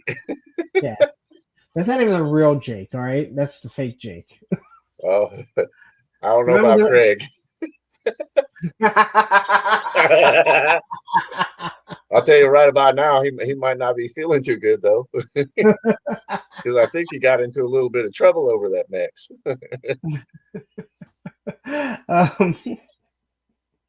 Hey, it could have been worse for him, Punky, because I seen the time in my life if he would have did that to me, I'd have went out there to his insurance shop and beat the piss out of him or parked my car in his office. You know, that's what, you know what I mean? He would have got some of that. He didn't want him. I love the shirt that says that the shirts that you always see that says someone somewhere is sick of her shit. And it's very true. All right. Now again, you could put a shirt on that says somewhere someone is sick of his shit. It doesn't really matter. It's true. Again, I don't care how hot someone is. Somewhere along the line, someone is like, I don't care. You are correct, sir.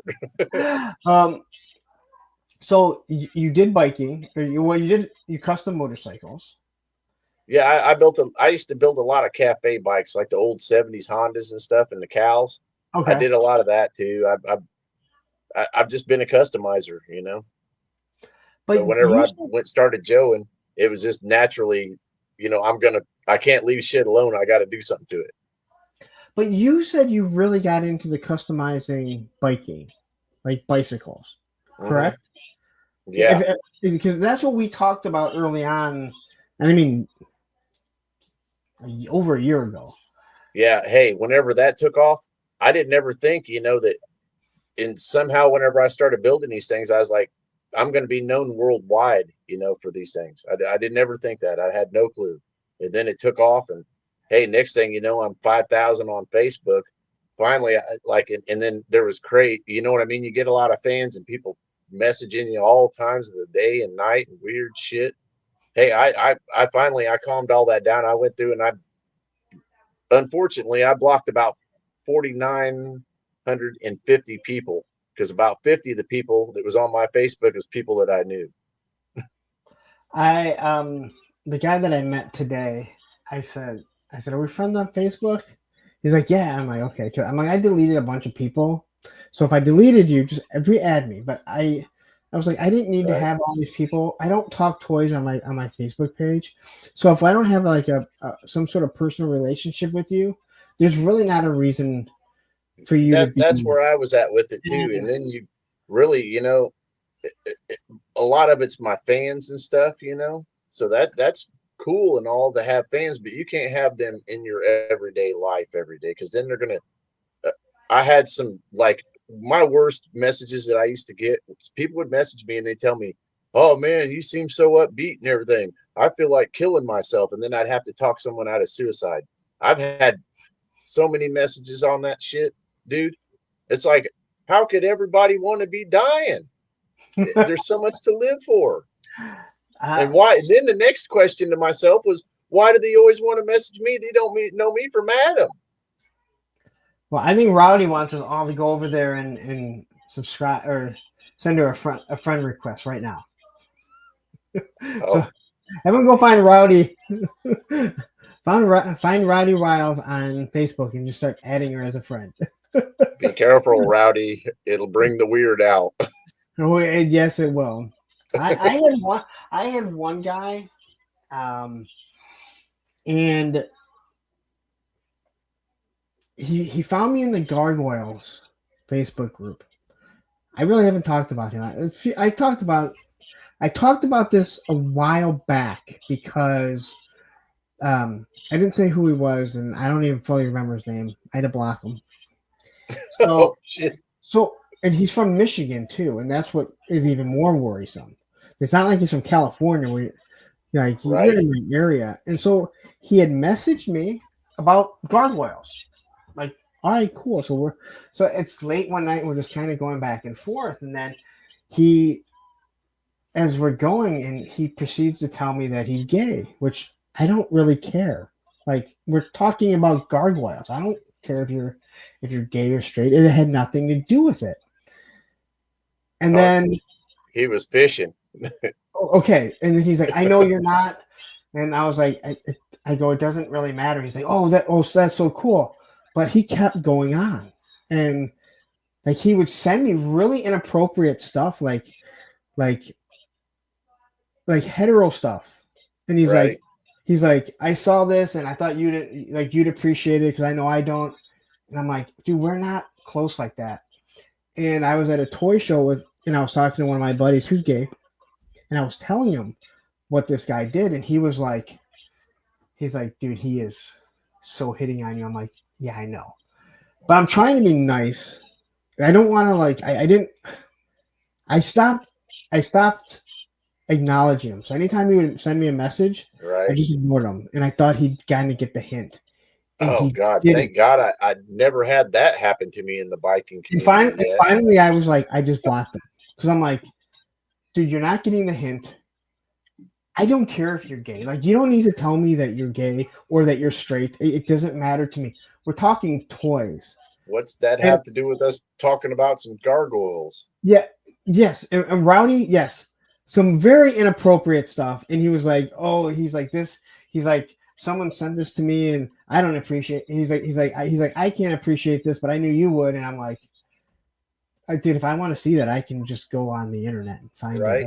Like And we're you not. know, I don't mind another person, whatever sexuality that they want to have. That's fine with me as long as you don't aim it at me. You know, I'm And fine with it. yeah, Rowdy says yes, but being a female toy tuber, it gets. Oh, I'm sure, because Oh there's yeah, not a lot of female toy tubers, so I can only imagine the stuff that gets sent to you, um, and other things that are. Again, I go back to all the girls that talk about on dating sites, and they're like the amount of dick pics that we get sent, yeah. and I say, does that ever work? But it has to work sometimes, or so many guys wouldn't do it, right? I do not know. It's the Because Cro-Magnon in man that makes him send dick pics like that on the internet. Because personally, Bobby, if I was a woman and somebody did that, I'd be like, "Hey, buddy, that ain't what I'm looking for." yeah. But hey, Bobby what says, do I know? I'm single beagle over here. What I've do been I know single almost about 10 dating? years. Bobby says the guy probably has a Larry Shrine made of gargoyles at his house. Yes, and that is what scared me. And so I talked about it. I didn't say who he was, but I remember talking about it on the stream, and I go, listen, to all the people that send stuff, if you are making me feel uncomfortable, then you've crossed the line. Right? And just so like I have kids, so if you like, believe me, those are going to be the first people that I have to defend. That I'm going to protect with my life. You know, and again, I've never. I would assume he probably doesn't watch the show anymore. I had to block him on You think you all. may Like, have got lucky and run him off? I hope so. God, It, hey, it was just inappropriate stuff. And again, like I was like, I don't, because I was like, I don't. He's like, I don't. I'm like, when he told me he was gay, I'm like, I don't care. He's like, oh, well, that's so good to hear. I'm like, dude, we're talking about fucking gargoyles. yeah. No, What's that have to naked do with any of gargoyles. that? I don't care. But as he continued to go on, and I'm glad that Brent was like, when I was talking to Brent was like, yeah, he's. I'm like, I know what he's doing. All right, I don't have to be Right? gay to know it. Like, Yeah. Hey. oh, Wade, you are right. If a girl sends you some pics, yeah, it does work. Well, So not maybe dick pics do honestly. work. Hey, here's what. Like, if I had, okay, so we'll say shoe on the other foot, right? And some gal sends me some naked pictures, via the Facebook dating or something like that. It's one of them apps. I'm gonna instantly be like, well, I'll bet she does that to all the boys. I'm cool. You know what I mean? I'm not looking for nothing like that. Hell, everybody had that, you know? But you know what? I've said it before. There is nothing attractive. I can't believe we're going here. There's nothing attractive about the man's body when it is No, between the waist and the thigh. There's nothing attractive. Though a female, when you look at a female, like everything has nice, soft curves. man. You know, like Yes. listen, Yes. I enjoy bodybuilding. There's a reason why they cover up down there because nobody wants to see that. All right. No. I don't get it. Hey, I've known from like way, way, way. I think I was 4 or 5 years old whenever I knew. I was like, yeah, I like girls. Well, I knew it. there's also a reason why when you think about those types of uh, that type of media with a man and a woman, there's a reason why the penis is hidden inside the woman, all right? Because no one Yeah. wants to really see it. Yes, come on. By now you know that this show can go anywhere. All right? Yeah, it did take a little turn there. I don't know how we got off on this. If you're watching this with your kids, I would just stop. Yeah, don't watch it with your kids. If my grandkids, if my grandsons are watching, Go like this. There is a reason why I've told Tony, like when he's making videos, I'm like, you gotta stop swearing, because even though you may not care about swearing in front of your kids, you want that dad or even mom watching it, maybe with their kid, watching your video, and then be like, they don't want to be like, oh, I can't watch this because every other word is an F-bomb. Now, my live streams is after 9 o'clock, but you're watching one of my reviews, I want you to be able to turn it on with your kid there. I may swear from time to time, but I'm not going off over and over. And I see a lot of people, and if that's what you do, that's what you do, right? In Tony's defense, he's good at it, though. He can lay an F-bomb right out, boy, quick. Well, we all can. Hey, I remember that one stream. It was like whenever I first started watching you. Somebody had said something in the chat, and Tony's like, "Hey, motherfucker, motherfucker!" I was like, "Whoa!" Tony. I was like, "Man, good thing he wasn't shooting, because Tony would have shot the heck out of him. He would have asked questions later." SCS Doc says you can still be talking about toys, battery operated ones. Oh, you mean like the Dragonfly and the soon to be Rattler? Those are battery operated, Right? Yeah. Oh, look, here's Tony. I guess he still is listening. No, I'm the best. So you are, Tony. I agree. So I was you got into the biking community, the bicycle community, and you're doing all these different. And again, it doesn't interest me per se, but it interests me what you're doing, if that makes sense. You know what I mean? Right. Like I don't want a bike like that, but it interests me what you're doing because you're customizing it. Now, Punk, you're in the best area though, buddy. Like Detroit, it's a really good city for bicycling. Like in the custom bicycle scene, you'll meet the nicest people on a bike, man. Hey, I've had people I took out that would tell me, "Oh, I'll never ride a bike," and it changed their life. Well, I didn't say I can't ride a bike. It just doesn't interest me. No, I mean? that's the part it didn't interest them at all either. And then whenever they went out on the bike and they seen the sights, met the people and hung out, and it was just a good time with the camaraderie of the people. Because in the bike community, there's some really, really awesome people out there. Oh, I'm sure. You'll have awesome people in any community, but kind of with our G.I. Joe community, you have a few shitheads in there. It ain't so much with the biking community, because guess what? We all meet up and we know each other, And that's how skateboarding is. Like that is how skateboarding is for me, Mm-hmm. And that's something I know that I love to do. Like I've said before, I hope everyone in their life has something they love as much as I love skateboarding. Man, I can't tell you why I love it. It makes no sense. I get it. I can't explain why that four-wheeled menace to society means so much to me.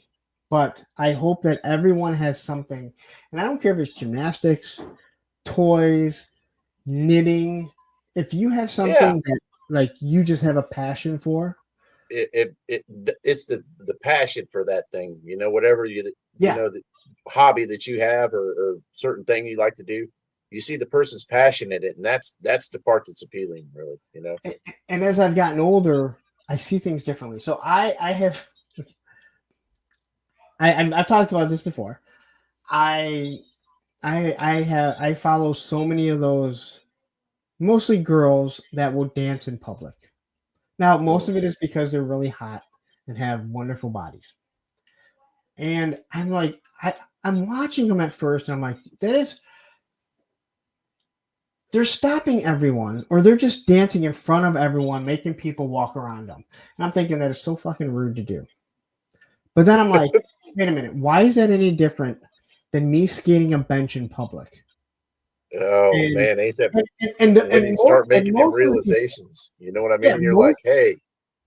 And most of the people, they're not really in their way. They're just doing their thing. They don't try and bump into people. I watch a lot of skaters that I think are complete assholes. I'm like, you are the ones that give us a bad name. And we see it more as, again, when you're almost 50 or you're in your 50s, we see things way differently. So I have this. I love watching these girls that are like, and sometimes it's couples or whatever. It's fascinating to me Mm-hmm. that because I'm like, I couldn't imagine wanting to just dance in front of people. Like it seems so stupid. But I'm like, but I'm okay with doing tricks. Well, we're not anymore. No one really wants to see me trying to do tricks. But back in the day, like you're Right. skating a bench, you're skating a curb, and there's people walking around you. You don't think anything about it. Hey, it's that, you like the dancing or whatever. That's the guilty pleasures of life. I have, there's this, I don't know if you've seen it, but there's Rufus the Bull, where the guy, he has a bull that his name's Rufus, and he just feeds the bull and goes out there in the pasture with the bull, which is dangerous as hell. Bulls they ain't like puppies or nothing, They're No. really, you don't want to fool with a 1,000-pound steer. Well, this guy will be out there fooling around with this bull, and I don't know why. I'm waiting for him to get hooked, I guess. I don't know. But she's not, or he's not because they wouldn't post it. Well, he probably won't be able to post it That's right. because if the Rufus gets a hold to him, he ain't gonna probably be alive. Yeah. Rowdy gets a little worked up when she sees the new She-Hulk figure. Yeah, Rowdy, me too. I have a thing. I love all the dog videos or some of the animal videos. So Mhm. I've just started. I have a little group chat with my daughters that I keep sending to them. Now, my oldest in California, I know she watches them. This one in here, it's in the other room. She won't watch them for like 2 weeks, and then you're talking about the ones where they rescue the animals? Sometimes they rescue the animals. Sometimes it's like the overlay of the talking, where it's like the dogs are talking to the humans, and like, any of that stuff. Like you're seeing the dogs that do stupid stuff. I love that stuff. But man, I see them damn three-legged kitty videos. Man, I start pulling out my wallet and crying. I'm like, oh, the poor kitty. Let's send him some money. Well, not if it's a cat. Well, dog, cat, any kind of animal, where they show up, where they're rescuing them. I get to seeing that. I start misting up. My wallet starts coming out. I'm like, oh, hell. You get old, you get soft. You don't want to be rough and tough anymore. You want to give back a little bit. No, yeah. So I have like a group, a group chat with my daughters. So I'll send those to them. And then every now and then, one of them will send me something back or into the group chat. It's very seldom. It's always me posting it because I'm like, I got to share this with someone. This is not what I'm going to share with Ed. All right, right. I'm going to share with Ed. Ed's going to be like, I'm hey not man, sharing with anyone else. All right.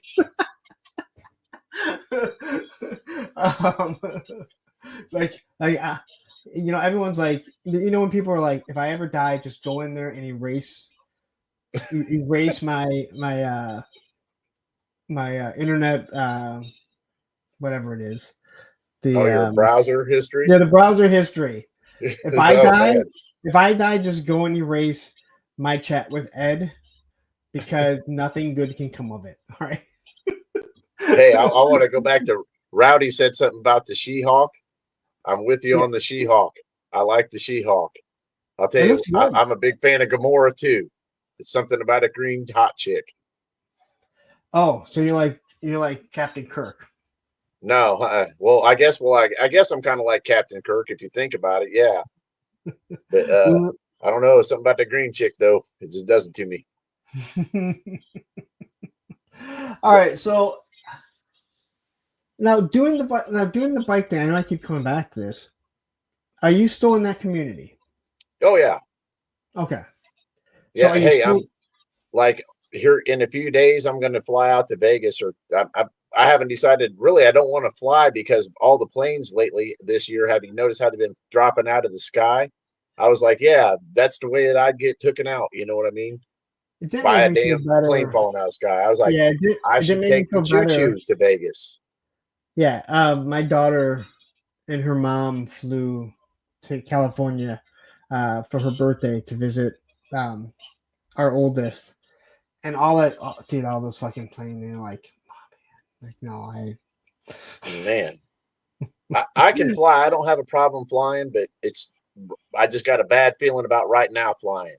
Because hey, we went years without no plane crashes, and then bam, this just the start of this year, we had how many? So I'm sorry, there's something going on. Ed. I just don't want people to know that we have such a soft spot with our reels that we send back and forth. But yeah, out there, so- I'm getting ready to go to a big event in Vegas. It's called OBC. If anybody like look it up, it's a real good time. It goes for about 7 days. It's where like everybody in the world goes to hang out with bikes. so it's like the Joe Fest of bikes. Pretty much, yeah. I'm sorry. Everyone should go to Joe Fest. I'm just telling you. Man, I want to go. I would like to make Joe Fest this year. I don't know for sure if I'm going to make it or not, but I would like to. I'm going to try to make Joe Fest. I don't think I can't speak for everyone, but I do believe Ed would agree, and Tony who went, that I don't think anyone had a bad time. Man, I seen you guys' pictures. I was like, you guys had an excellent time. I wished I was there. That's why I was like, that's one of my bucket list places. It probably won't be this year. I don't think that I'll be able to make Joe Fest, but next year I'm there. I'm going to try to make this year, but I ain't going to guarantee nothing for this year. See, I think being at a convention for like 3 days, where you're staying, like the convention is in the hotel, and that hotel is pretty much everyone that is at the show. Like, you don't have to worry about driving back to your hotel. You don't have to worry about going to work. You're there for a certain amount of days. Right. And then it's like, you know what? Monday I'm driving home, and that's when I'm going to start thinking about the real world again. Until then, I'm just here to have a damn good time. And I don't have to drive anywhere. There's a restaurant at the hotel. You can walk into the town. Maybe there'll be a restaurant open, as long as it's like before 2:00 on a Sunday. Right. It's a big Bible Belt. Right on that Bible Belt there. And yeah, it's not but so much fun. Yeah. I think everyone that goes there, and again, I think what's the Mythic Legion one? I don't that everyone went to in November. Legion Con or something like that. Legion Con. I think that's the same way. The only difference is it's in November, so it's cold there in New Jersey most of the time. Where this, people can be outside, and it's a blast. Right. So, and it's in Atlanta. If there's plenty to do in Atlanta. And just Jeff jumping in here saying, I was about to say we've had as many plane crashes and we've had Spider-Man releases, but I'm wrong. There's been 8 more plane crashes. Right. That's what I'm saying, Jeff. All the planes are flying out. They're just dropping out of the sky for some reason. I don't know what's going on, but you ain't going to catch my ass in no plane. So, Gareth Widger, did I say that right? Gareth Widger says, Joe Fest is a bucket list for me. Maybe after I retire. Why would you want to go after you retire? Or do you mean after you retire? Do it as maybe you mean after you retire from work? It's just, again, if you can afford it. Here's what I'm going to say. And I would assume every single. Holy shit! Wait a minute. Are you saying 22 plane crashes, 14 Spider-Man? Okay, so now Jeff's giving actual real facts. Yeah, he ain't lying. It's like 22 plane crashes, and we ain't that far into the year. I know those are commercial airplanes. But I think any convention where you're with people that are like-minded, you don't have to leave. You don't have to leave the hotel where the show is at, and the hotel doesn't care. They let you stay out there till 2, 3, 4 o'clock in the morning if you want. Like, they're not trying to shoot people out of the lobby because they're like, everyone here is for this fucking convention. They're a bunch of nerds. And no one's causing problems. No one's causing problems. That's the type of thing that everyone wants to do. Is he living up to the expectation? So yesterday, when you were on with Same Time Toys, I was laying on the couch This Halfway one, asleep. halfway asleep. This one was next to me, and you were talking about that you have to live up to the expectation of going after Olivia, and After my So- great alive. she heard all of that. Because he went like Hey, this. she's hard to top. She's a good little gal you got there, Punk. What? She's a good little gal you got there. You don't see good kids like that these days all the time, man. We're gonna stroke It's her a ego pleasure even to more. have to see her. You know what I mean? That's the pleasure to me to see that her upbringing and she's a good kid. You know, because it could be different. You know, Well, thank you. I appreciate that. You're supposed to say that's why I thank said it. Thank Hey, you she's so got much. so much personality too. What she hit her putting a ruler to you now? you. Yep. Look, it's green. It's as lights. And she doesn't care. Oh, you're Yeah, the things online? they do I don't- to us. Okay, I heard you guys talking about Joe Test. I was like, that one's not as important. And I also didn't know that he knows who I am. So it's like I felt welcome. Oh, so she felt welcome. I don't usually feel welcome with your guests, so maybe you should tell your guests to make me feel more welcome. I feel welcome here. Well, you're welcome, little darling. Exactly. You're sure enough welcome. Get away. Do you have homework to do or something? Go study for a No. test. I You're told gonna Dustin, end up stripes on the head, man. If you ain't lucky, you're gonna have ruler stripes all over you. oh, it's okay. He swatted because I can't say slapped. Swatted me on the hand when I tried to grab it. I You think she had would that have happen to me once too. You haven't swatted me because you can't. Why can't I? Because your arms are too tiny to reach them. Well, that was a shot.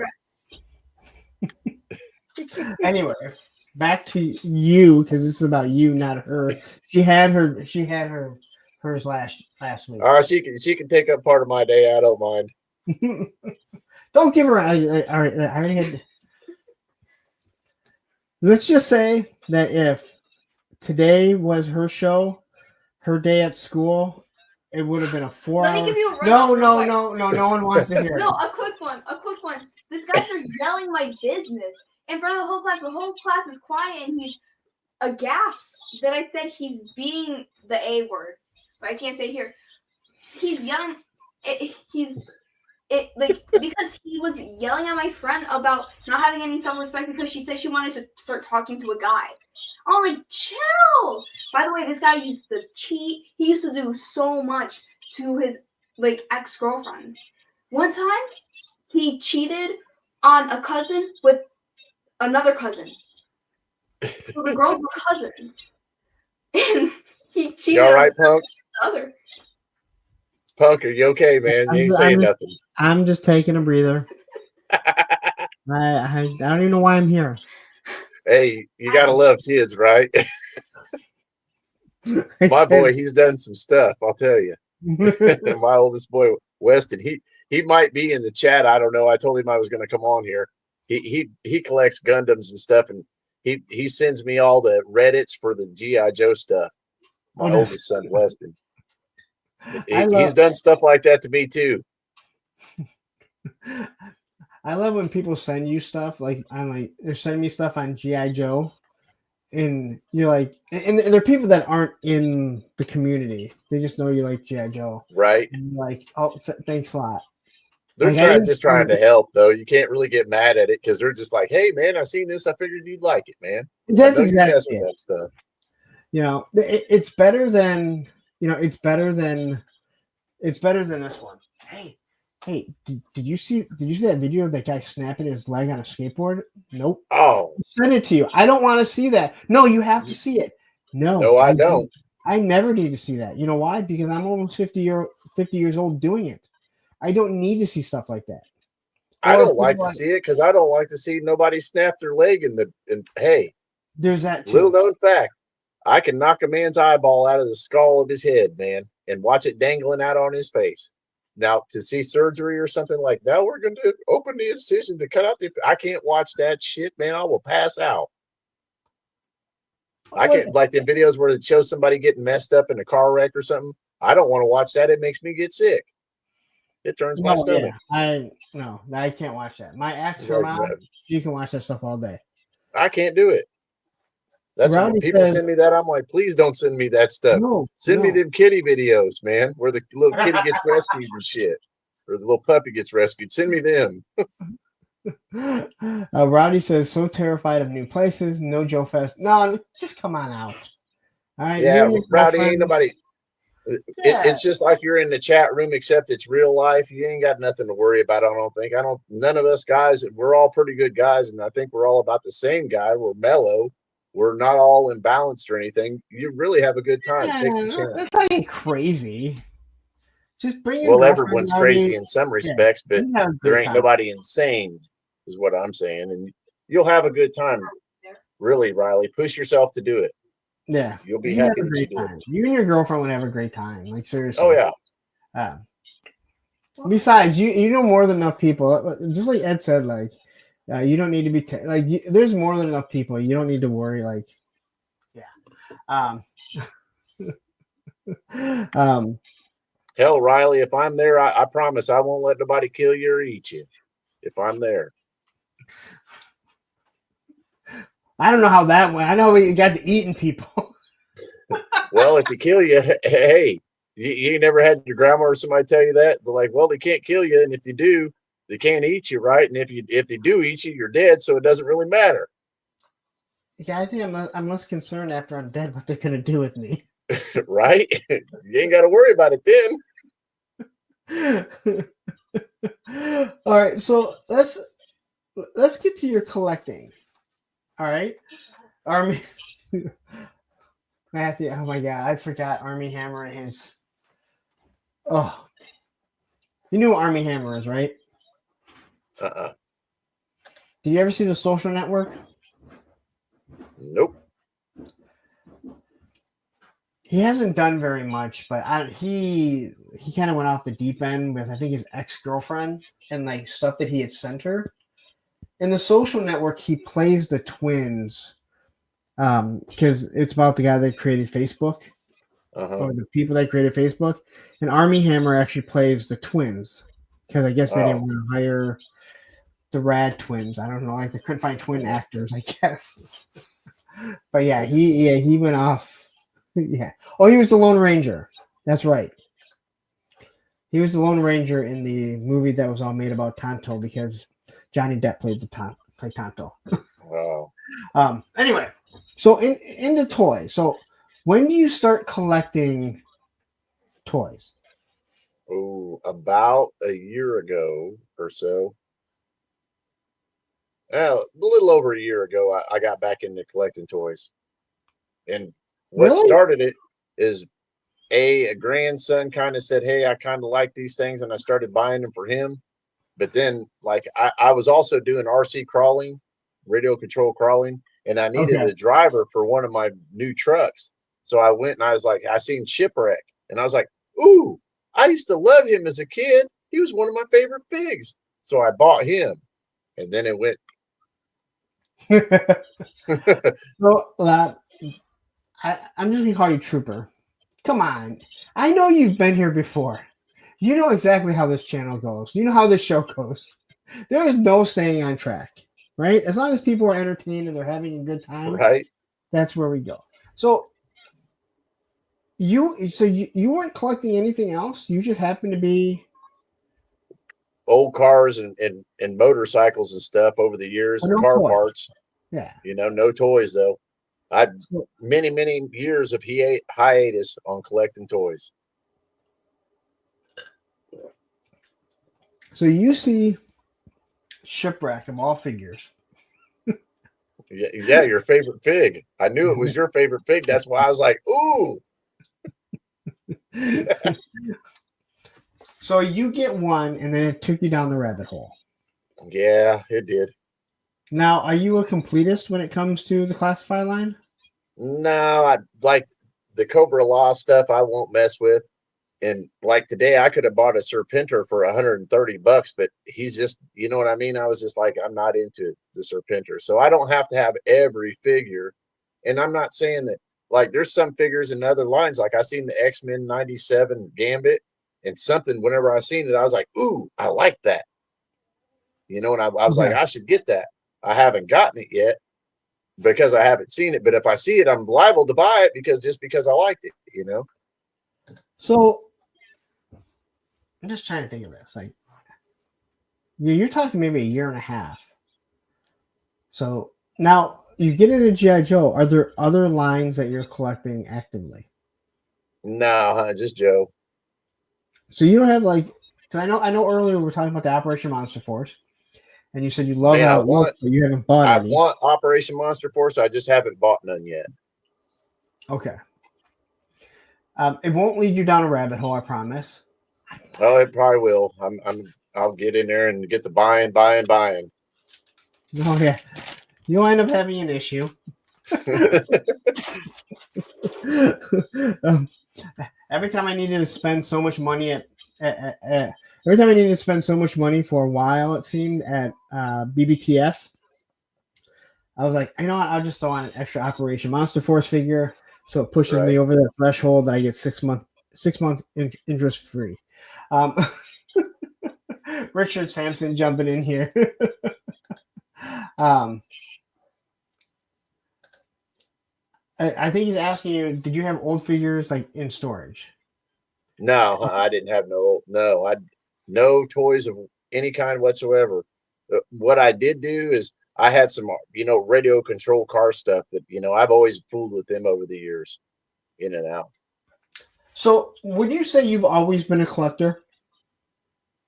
Well, of various different things, of either antiques, old guitars. Like I'm an old guitar guy. I can't play worth a damn, but I like to collect them. Okay. And again, like I mean it. Like I feel like when you're a collector, you're a collector. You're gonna find something to collect. Yeah, it doesn't matter if you collect bottle caps or shoelaces. If you collect something, you collect something. You got the mind of a collector. Which is bad.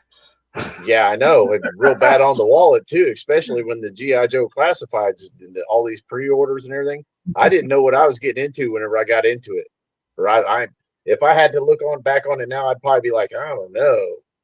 But you also come in like, okay, so I see a lot, and I say this a lot of the G.I. Joe collectors, they're G.I. Joe collectors and not toy collectors. They don't understand the way toy collecting works. So when they see a figure that is $55, and I say this, they see the Super 7, they see $55, and they complain that it's $55 because it's $55. Now, if they're complaining because this is cheap quality, they just don't realize like $55 for an action figure is not crazy money, right? You got to think about the tooling, the packaging, and all of the tooling, the dye work, everything that has to be done to produce the figure. And then that's where the money comes from. That you got to put all that into perspective, and that how it comes your cost of your product. So people they think, oh, well, I think I should just get it for $20. Well, it didn't cost $20 to make that shit. You ain't getting it for $20. Exactly. So, Rowdy, there's a joke there that I could ask your girlfriend with this comment of yours, but I'm just going to leave it at that. So I don't taste that good. But again, like I see these, I see these people and they complain about $55, and then they see the Mezcos, and they're not realizing like these are not your classified. You're getting a different type of figure. There's less. They keep their value, unlike a classified. Where even though you're coming into toy collecting, you're not collecting. You're collecting car parts. Oh yes, car parts, motorcycles. You're creating bikes. You understand the cost to collecting, right? Oh, hey, there's so much other, like a couple of years back, I had a garage fire and I lost all my tools and all the like parts pieces. And I'm going to say it was a $300,000 hit, with all the antiques and stuff that I had in my garage, the car parts, the car that I lost in there. Replacing that was, some of the stuff was unreplaceable, Any hobby's going to have costs incurred, Yeah. And any of them, and it ain't going to be cheap if it's a fun hobby. And I think a lot of people in the Joe community collecting are like you, how they got into it. They saw it sitting there. Sorry. They saw it sitting there on the shelves. Oh my God, I love G.I. Joe. Now they're collecting. Now they're into it. But they don't understand. They don't understand that the figure's not always going to be $25. Yeah. Like they're pissed off that, man, I really want that 00 Snake Eyes, but people want $200 for it. Well, sorry.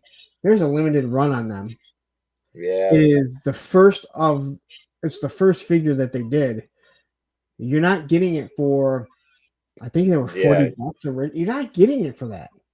Yep. You know, hey, that's the same way with that Serpentor. I should have bought it today just for the fact that it was $130, you know. That was I've not seen them going go down for in a couple price, hundred. even with the new Serpentor coming out. Yeah. But I'm not in it to be like, hey, let's make some money. I work on cars to make the money. But at the same time, it is one of those things where, now I talk about it all the time. I'm not collecting for my retirement. No. I'm also not upset when I find out that one of my figures that I have has gone up three or four times as much as it was when I bought it. Hey, it's like playing the stock market, man. If you win, you win. You're rich, and if you don't, you're poor and you lose. Matthew caught the new Serpentor comment. Oh. Because the new Cobra Commander comes with a little Serpentor. Yeah, the iguana. But no, it's really one of those, again, I'm not collecting for value, but I also don't get upset when I find out that you have a figure that is now 6 times more than what you paid for it. Oh, all this stuff will probably be worth more than what we paid for it in the end, you know? Yeah. But I also don't say, hey, you know what? I picked up this trooper for $25 and now he's worth $15. Well, I didn't buy him, for me to be like, okay, this is my my retirement here. No, this is for me now. I don't know why. That's what my oldest boy, he asked me, he didn't know the extent of how far I'd went in, and how far down the rabbit hole I was. And he came over into my spare room and he goes, Dad, what the hell am I going to do with all this shit when you croak? I was like, man, it's all worth money. Probably you guys can sell it and, buy Caden a car or put it on him, give him the money. He's like, I got to mess with it. I could see the look in his eye. He's like, I don't want to have to farm all this shit out and sell it. I told my kids, I said, when I die, you can do whatever you want with my collection. My collection means something to me. Now, if when I pass away, it means something to you because I collected it, that's fine. But if you're like, this means nothing to me, I don't want it, sell it. Yeah, find somebody that gets enjoyment out of it. Yeah, but all I'm asking is don't just give it away for super cheap. Throw it away. Do not just give that aircraft carrier away because you're like, you know what, we need it out of the house. Give me $200 for it. No. You get the value for it. Yeah. Especially for that piece is always going to hold its value, It's And that's all I said. I go, I don't care if you get rid of it all. But you just make sure you don't get ripped off. Don't just give it away just so you can get it out of the house, or there is someone that is willing to pay for it. Take your time. Well, I know my oldest boy, he'd probably have it all. I don't think he'll sell it all. He'd probably pack it all in a closet and hold on to it and keep it, like this. You know what I mean? Because it was a part of his dad. Yeah. But then it's like, I got to keep moving this shit around. So really, if he wasn't going to appreciate it and love it like I do, you might as well sell it to somebody that does. Because there's a guy out there he would love to have this shit, Honest to God, like, I look at this and it's like, there's no reason why my kid should want to keep everything that I had. But maybe they see something that they really loved that I collected, and they're like, you know what? I like this figure. I like that vehicle that Dad had. I want to keep this. It's going to go up on one shelf. Unlike Dad, who has, I don't know how many shelves I have full of toys. Hey, that's my adopted boy. He comes over. He seen my collection. He was like, "Man, Pop," he says, "you need more shelves." He says, "You got to display it right." He says, "You ain't doing it right." I said, "What do you mean? I got all these shelves around here." He goes, "No, man, you need to pose them up and stuff." And he's not no kind of he collects basketball shoes. He collects like Jordans and all that. And he was like, "Nah, Pop, you got to get shelves and lights and all this stuff." It's so I don't. Yeah, I don't get the shoe collecting. I don't either, but But he who am does. I? You know, who am I to criticize? Actually, I love criticizing people for doing shit because I want to hear them be like, "Do you know how stupid it is to collect toys?" And I'll be like, "Yep." I just love I Yep. love the pushback. I love the pushback because that's I love when people just can push back. You know, Yeah. soccer is stupid. It's well. What do you think of skateboarding? Skateboarding's stupid too. I'm like, but it doesn't change how I feel about it. So Right. me telling you that soccer or golf is awful, it doesn't change how you feel about it, man. I No, love. hey, I can learning like about it. That doesn't basketball. mean that we got to hate it. I can love the hell out of soccer and golf, and you don't like it. That doesn't mean that we don't have to dislike each other just because we don't like the Well, same it's not things, crazy. I mean, I don't really need to have you in my life, but Right? Well, I'm not saying I'm going to be messaging you, sending you kitty videos and shit all the time, man. But I don't know. It sounded like you and Ed do that, So I guess if you want a couple kitty videos, man, I'll rustle a couple up. Like, hey, bro, you see this kitty video? It's damn cute, man. Aaron says my collection goes to my sister if anything happens to me. Sometimes I think it might be better to give my collection to someone I really hate because then they're stuck with a whole shitload of stuff they don't want. Like that's a good idea. Be like, haha, I got you. Especially like the bad figures. like the really bad figures. I want all these to go over here. So hey, and you get the 15 shipwrecks. That's only because I love you. So where do you see your collection? Like, where do you see your collecting going from here? Oh, it's going to keep getting bigger. But do you plan on just staying in classified, or are you looking to do other stuff? Yeah, I'm gonna. Well, I think eventually it ain't gonna be anytime soon. I don't sit back and go, "Oh, I wonder what's gonna happen with classified and this and what's coming out and how they're gonna run it." I don't do that. I enjoy the stuff as it comes out, and I buy it if I want it, and if I don't, I don't. But like I've seen other like the Monster Force stuff. I like that. I would like to start, and I'd like to see more of the lore of that come into play, and then flourish. That way we could, know more like the Sunbow. You know how they told the story of that's what sold me on the Joes is the Sunbow cartoons. I'd like to have more of the lore for the Monster Force stuff, and I'm in. I guarantee. Well, I mean, they have pages on what they are. Yeah, I know. I've read some of the lore on it, but like if they had like a cartoon of it, where you could watch the cartoon show, and then get to know the characters better. Rowdy says, I feel like older and pre-owned stuff is about to have a boom in sales. I don't know about that. Because I know because of this, the tariff scare here, all these things already jumped in price. Man, yeah. So is that Joe stuff has jumped up so much. Yeah, man. Hey, I don't think we're like if we're in it to hold value. I don't think we're going to lose money on our collections. I think on some stuff, but am I in it to make money or lose money? I really don't care because I like to collect it. If I lose money or make money, I'm collecting anyways. So that's why I don't sell my stuff off. Like when I'm like, I want to get rid of this stuff. I bought it because I enjoy it. So I had a lot of people buy stuff and then they're cool with just kind of turning it over. They like to collect. Not me. I want to keep it, man. That's why I bought it. But yeah, I'm like, okay, I'm gonna get rid of some stuff, and then I start looking at what I want to get rid of, and that's when I start remembering why I bought it. I'm like, I enjoy this. I didn't buy it because it was a new hot thing. I bought it because I've done that before, on cars and stuff, and I get one done and then sell it and then be like, man, I wished I'd have kept that one, And you got to just get, you know what I mean? Let it go. There's always another one. But some stuff I absolutely will not sell. Like I got one bike that I've been offered good money for it, and I will not sell it. And why is that? I love it.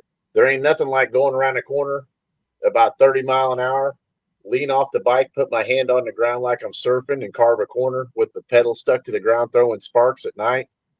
That shit looks dope and it's fun to do. But does it have any other like sentimental value? Is what I meant.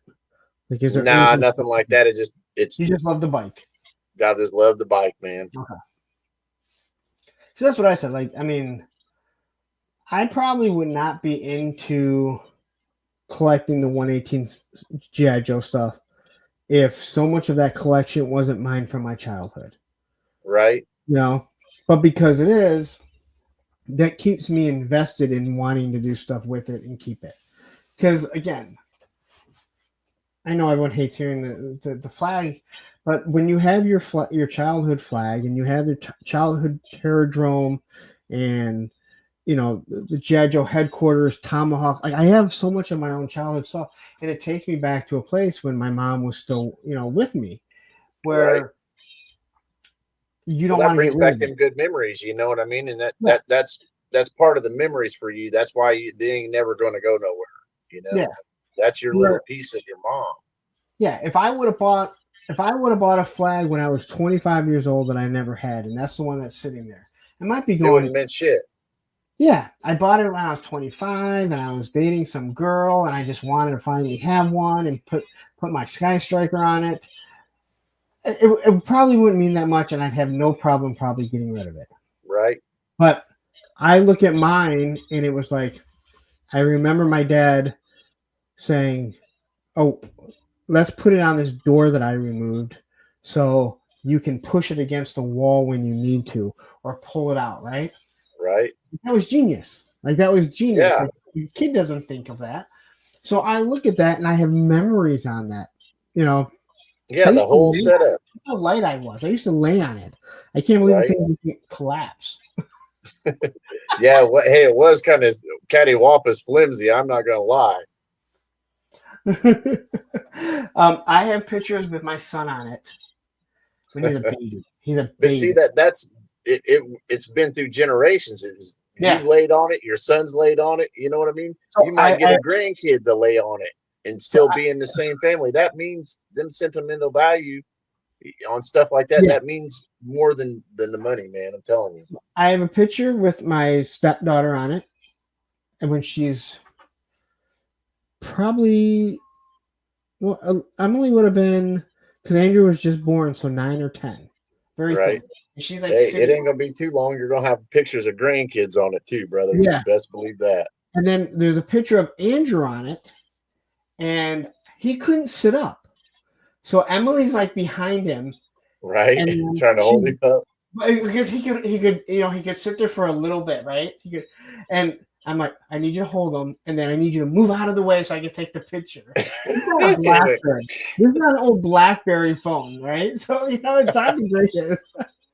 So I think one of the pictures, like, you can still see her in the shot. He's got onesie on, and man, making them memories is worth more than that $1,000 or $1,500 that flag would ever be sold for. You know, absolutely correct here. That means way more, man. Here we go. Money talk. Here comes the money. Sorry there. Daredevil Dave with the $4.99 super chat saying, "Thank you. Thank you, Turk, for going first after Olivia. This has been one of my favorite Thursday night streams so far." What about Olivia's? Yeah, Olivia's, man, that was hard to top. I'm telling you. I said this before, maybe even last week. I don't remember. But I've said this numerous times. Like, we've gone to Disney World 4 times now. Once before Olivia was born. 3 times it was when their mom and I were still together, and then we went a couple years ago, just myself and Andrew and Olivia. The first time we went with Olivia, she was, I think, like 2.5 or so.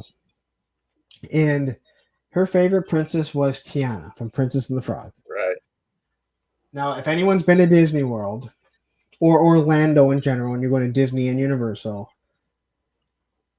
you are talking about thousands of dollars that you are going to spend. Oh yeah. And if you look at it as spending thousands of dollars, you're going to be miserable. If you look at it as memories, it's completely different. Yeah, then it'll be acceptable. And hey, Mousetown ain't cheap. no, but I have a picture of Olivia meeting Tiana, and this girl that played Tiana, she looked like her, she sounded like her, but that look on Olivia's face that I got is worth every single penny that trip cost. And then some. It was worth triple that. Because you'll be able to go back and look at the pictures and even just right there and think about it, and be like, man, that was a good time. She was so happy. And that's just it. It's, it was, she doesn't even remember because she was so little. But I have that picture. And again, there's other memories that were obviously made too. But like you see that and it's like, that's what this is for. Yeah. And that goes back to the whole thing of like what we were talking about when we first started, that so many people don't look at what they have, they look at what they don't have. Yeah, and then they get upset and then they get jaded about it. And then they get feeling some type of way, and then the anger comes out, and then all that doesn't do anybody any good, man. Yeah, I'm never gonna be one person to say that I've never gotten angry. I think we've all seen we all get angry. We've all seen me get person angry. Perfect. I get angry a couple times a day about but it's how I react to the anger,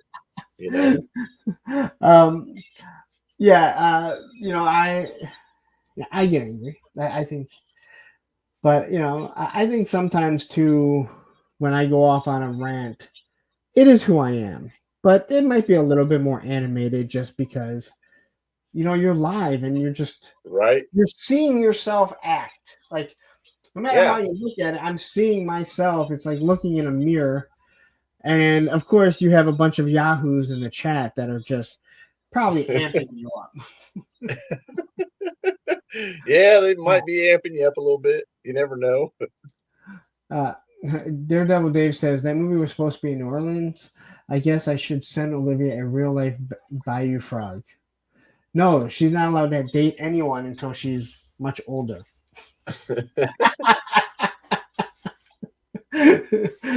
And she knows that. Oh man,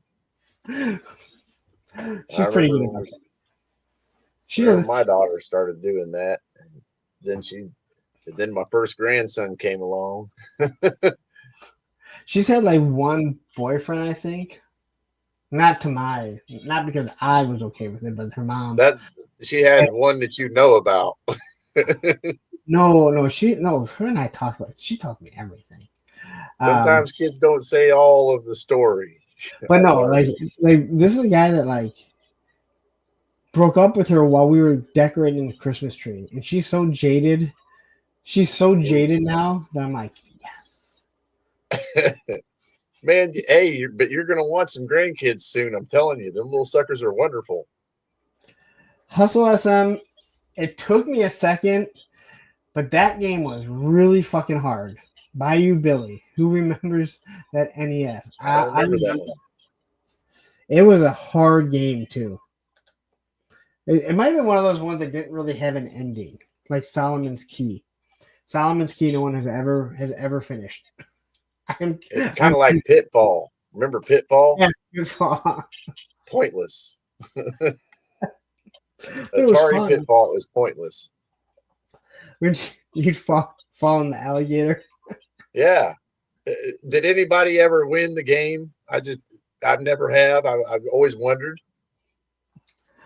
Not that I know of. I've never heard of anybody I don't think Spy Hunter had an end.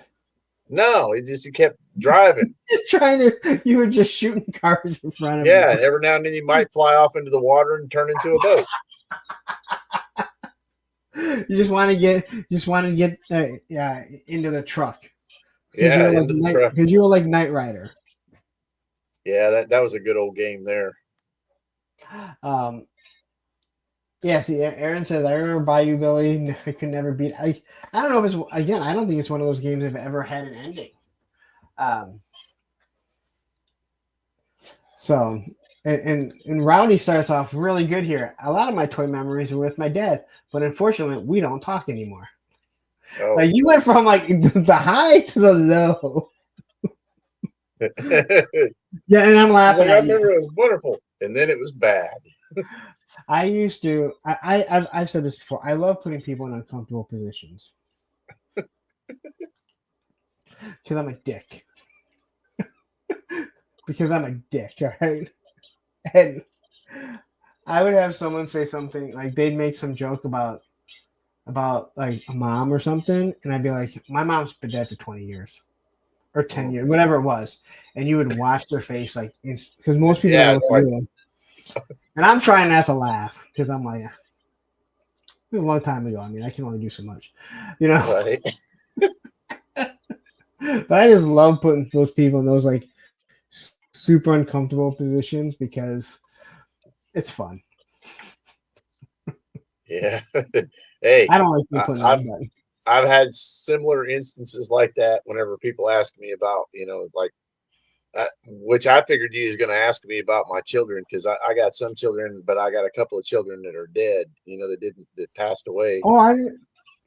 We were But jumping all over the place. We didn't even get into any of your relationships, yeah, I other was, than the but one that was, whenever except the it other was one the that was same banging thing. the They're insurance. going to say that. And as soon as I say, hey, well, I had a couple of them that are passed away. And then they're like, oh, but I don't want it to be like where they go, oh, you know what I mean? It's just, hey, that stuff happens in life. Life is a fickle bitch, man. It is So very unfair to some people. yeah, so But you got to we're always all over. make the best of life, though, too. You can't, just because you had it bad, there's somebody else out there that had it a lot worse, for real. Yeah. No, you're right. But no, let's go back to that because we have a little bit of time here. We're all over the place. So, you said you're single. So, have you been married Yeah. before? Yeah. Many moons ago, years and years ago, I made that mistake. I just Thank God lived in early, sin. like we was only together for about 11 years before we decided that we hated each other. And then we decided to give it up. And It was 14 ever years. since then, I've been happy. I think it makes her even more unhappy than I'm happy. Pretty sure I've told my kids that about their mom. Like, I don't think she likes the fact that I'm happy not being with anyone. Oh man, it's terrible. So how many? But, hey, how many kids do you have? I have about 6 kids, but like I said, 2 of them are not, are here no more. Okay. My second oldest son, Brandon, I lost him to suicide. And my oldest daughter, Brittany, she was named after me. She was killed by her boyfriend. Oh, He I'm hit so her with a sorry. truck and killed her. Oof, I'm so sorry. Yeah. Hey, punk.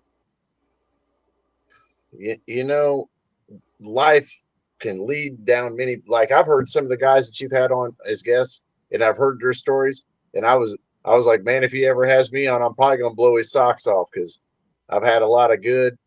I've had some bad in there too, though. Yeah, But everybody has good and bad in their life. We did just kind of skip over that, but so how old are your kids? And I mean, are they from multiple women or?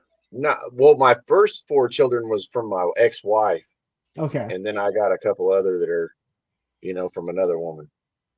Okay. And now you know to put a Jimmy hat on, right? Now I know to stay single is do not poke the bears.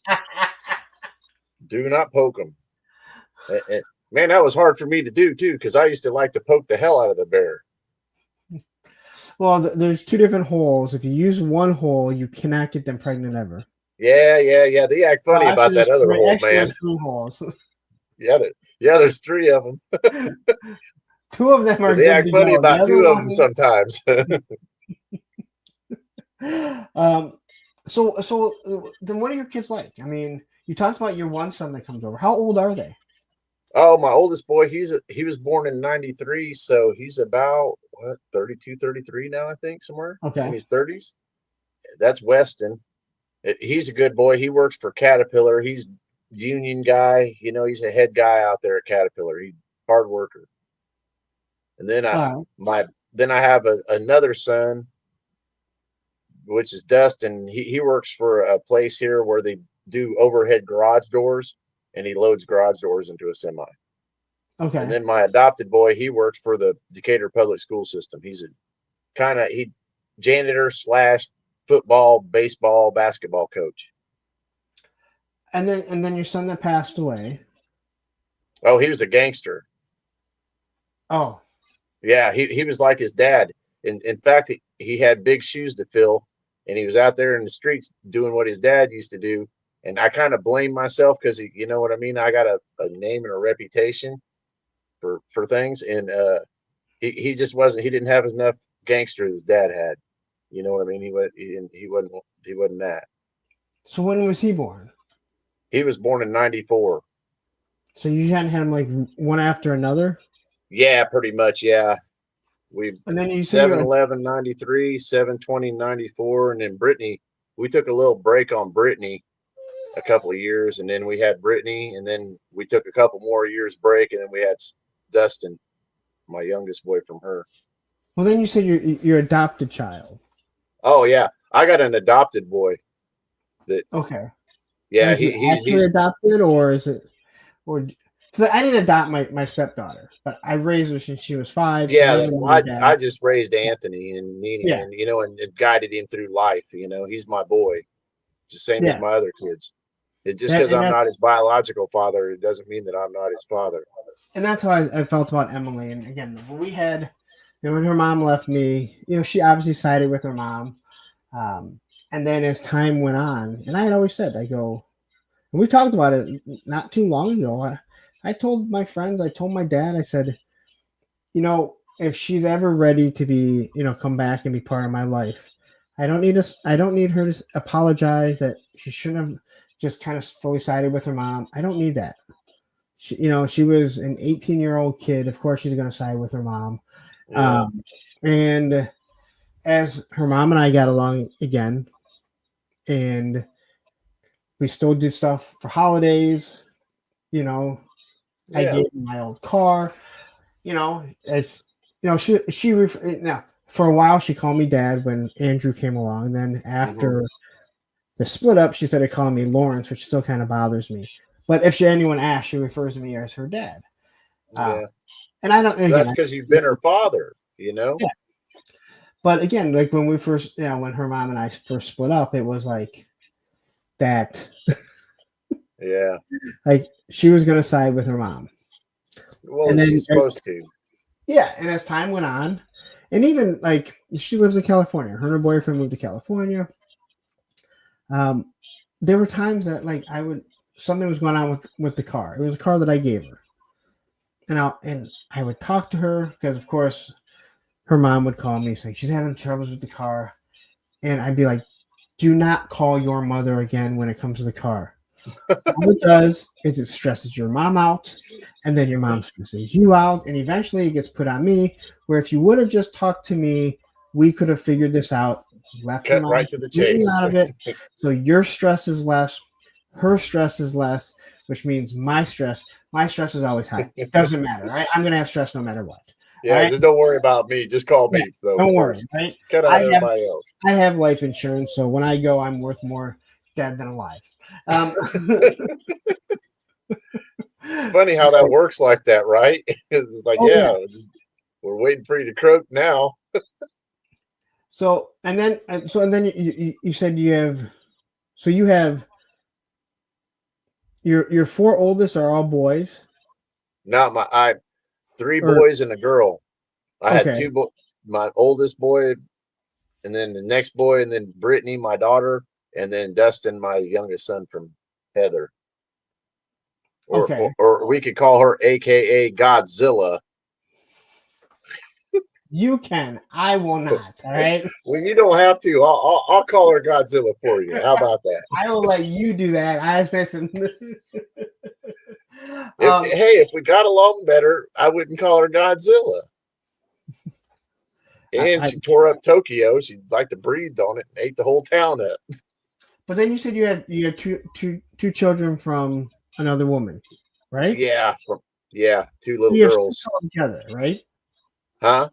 You have 6 kids. Yeah, six kids. Yes, sir. But how many are your biological kids? 5. 6. Well, if you count Nene, I got 7. He my adopted boy. Okay. But yeah, other than that, it's just 6. I got 4 with Heather and then 2 with Jessica. Okay, and then your daughter that passed away also. And I say that because I like to be as respectful as possible. Yeah, hey, Punk, and you can't. The kids are going to do what they're going to do, And the kid that he really. I'm not even mad at the kid because I know about how life goes sometimes, and I know the scenario that it probably was in. And the kid just lost his shit, whenever he was mad about some little temporary thing, and he made a permanent solution for a temporary problem, and it resulted in my daughter dying. But am I mad at him? Am I going to go hunt him down? No. I think you're a better person than I am. Well, Punk, you got to live and let live, buddy. You can't. You hold a grudge, that shit will eat you up. I've watched people do it before. I'm not going to be that guy. Oh, I'm good with grudges. Well, it'll but not kill everyone you. is. It's worse on you than you're. Us as a person, we're our own worst enemy, anyways. So we're gonna. I agree with that. We're gonna tear ourselves down the worst anyway. So no one could really do any more damage to you than yourself. So okay, so your daughter that is still with us, what is she doing? Oh, they're in high school. Yeah, them two wow. girls are. Yeah. So wow. Well, yeah, I guess that's not. So how old are they? Oh, I think Rebecca she's got to be getting to be about 16 and Beverly's 15. Okay. I don't get to see them at all. Oh, wow. If you really like to go into it, I will. I came home from work one day and I found their mother had left them in the house and she just took off and left them. Well, I knew something was up. And then when, we worked it out, it turns out that she was sneaking off and smoking crack and doing all kinds of drugs and stuff and leaving my little girls wherever. Well, I had enough of it and I smacked her ass around for it. They put me in jail. And whenever I got out of jail, they done took the kids and everything. So I haven't seen them since. And I'm not going to, you know what I mean? Hey, that's bad guy stuff. And I've talked to other people that would probably do the same thing. But if I had it to do over, the last thing I would have done is what I did. Yeah. It cost me more than you know. Because all I had to do is keep my cool. I'd ended up had my little girls because he had nowhere else to go. No, I had to straighten Jessica out by putting my hand on her. And I smacked the shit out of her because she lost my little girls and just give them away for crack. So I couldn't handle that at the time. And I did what I had to do, I felt. That's one of those things where I'm probably more rational than people think I am when it comes to stuff like that. Their mother, she's the one that you would have to worry about. But yeah, I can't say that I completely blame you. I blame me every day for it. I'm saying like I don't know if I can blame you if again I have no reason not to believe the circumstance that you're telling me. But when you're put in a bad position like that, you don't know how you're going to act. Not everyone can take themselves out of it and think about things rationally. And it's like, how will this affect me 10 years from now?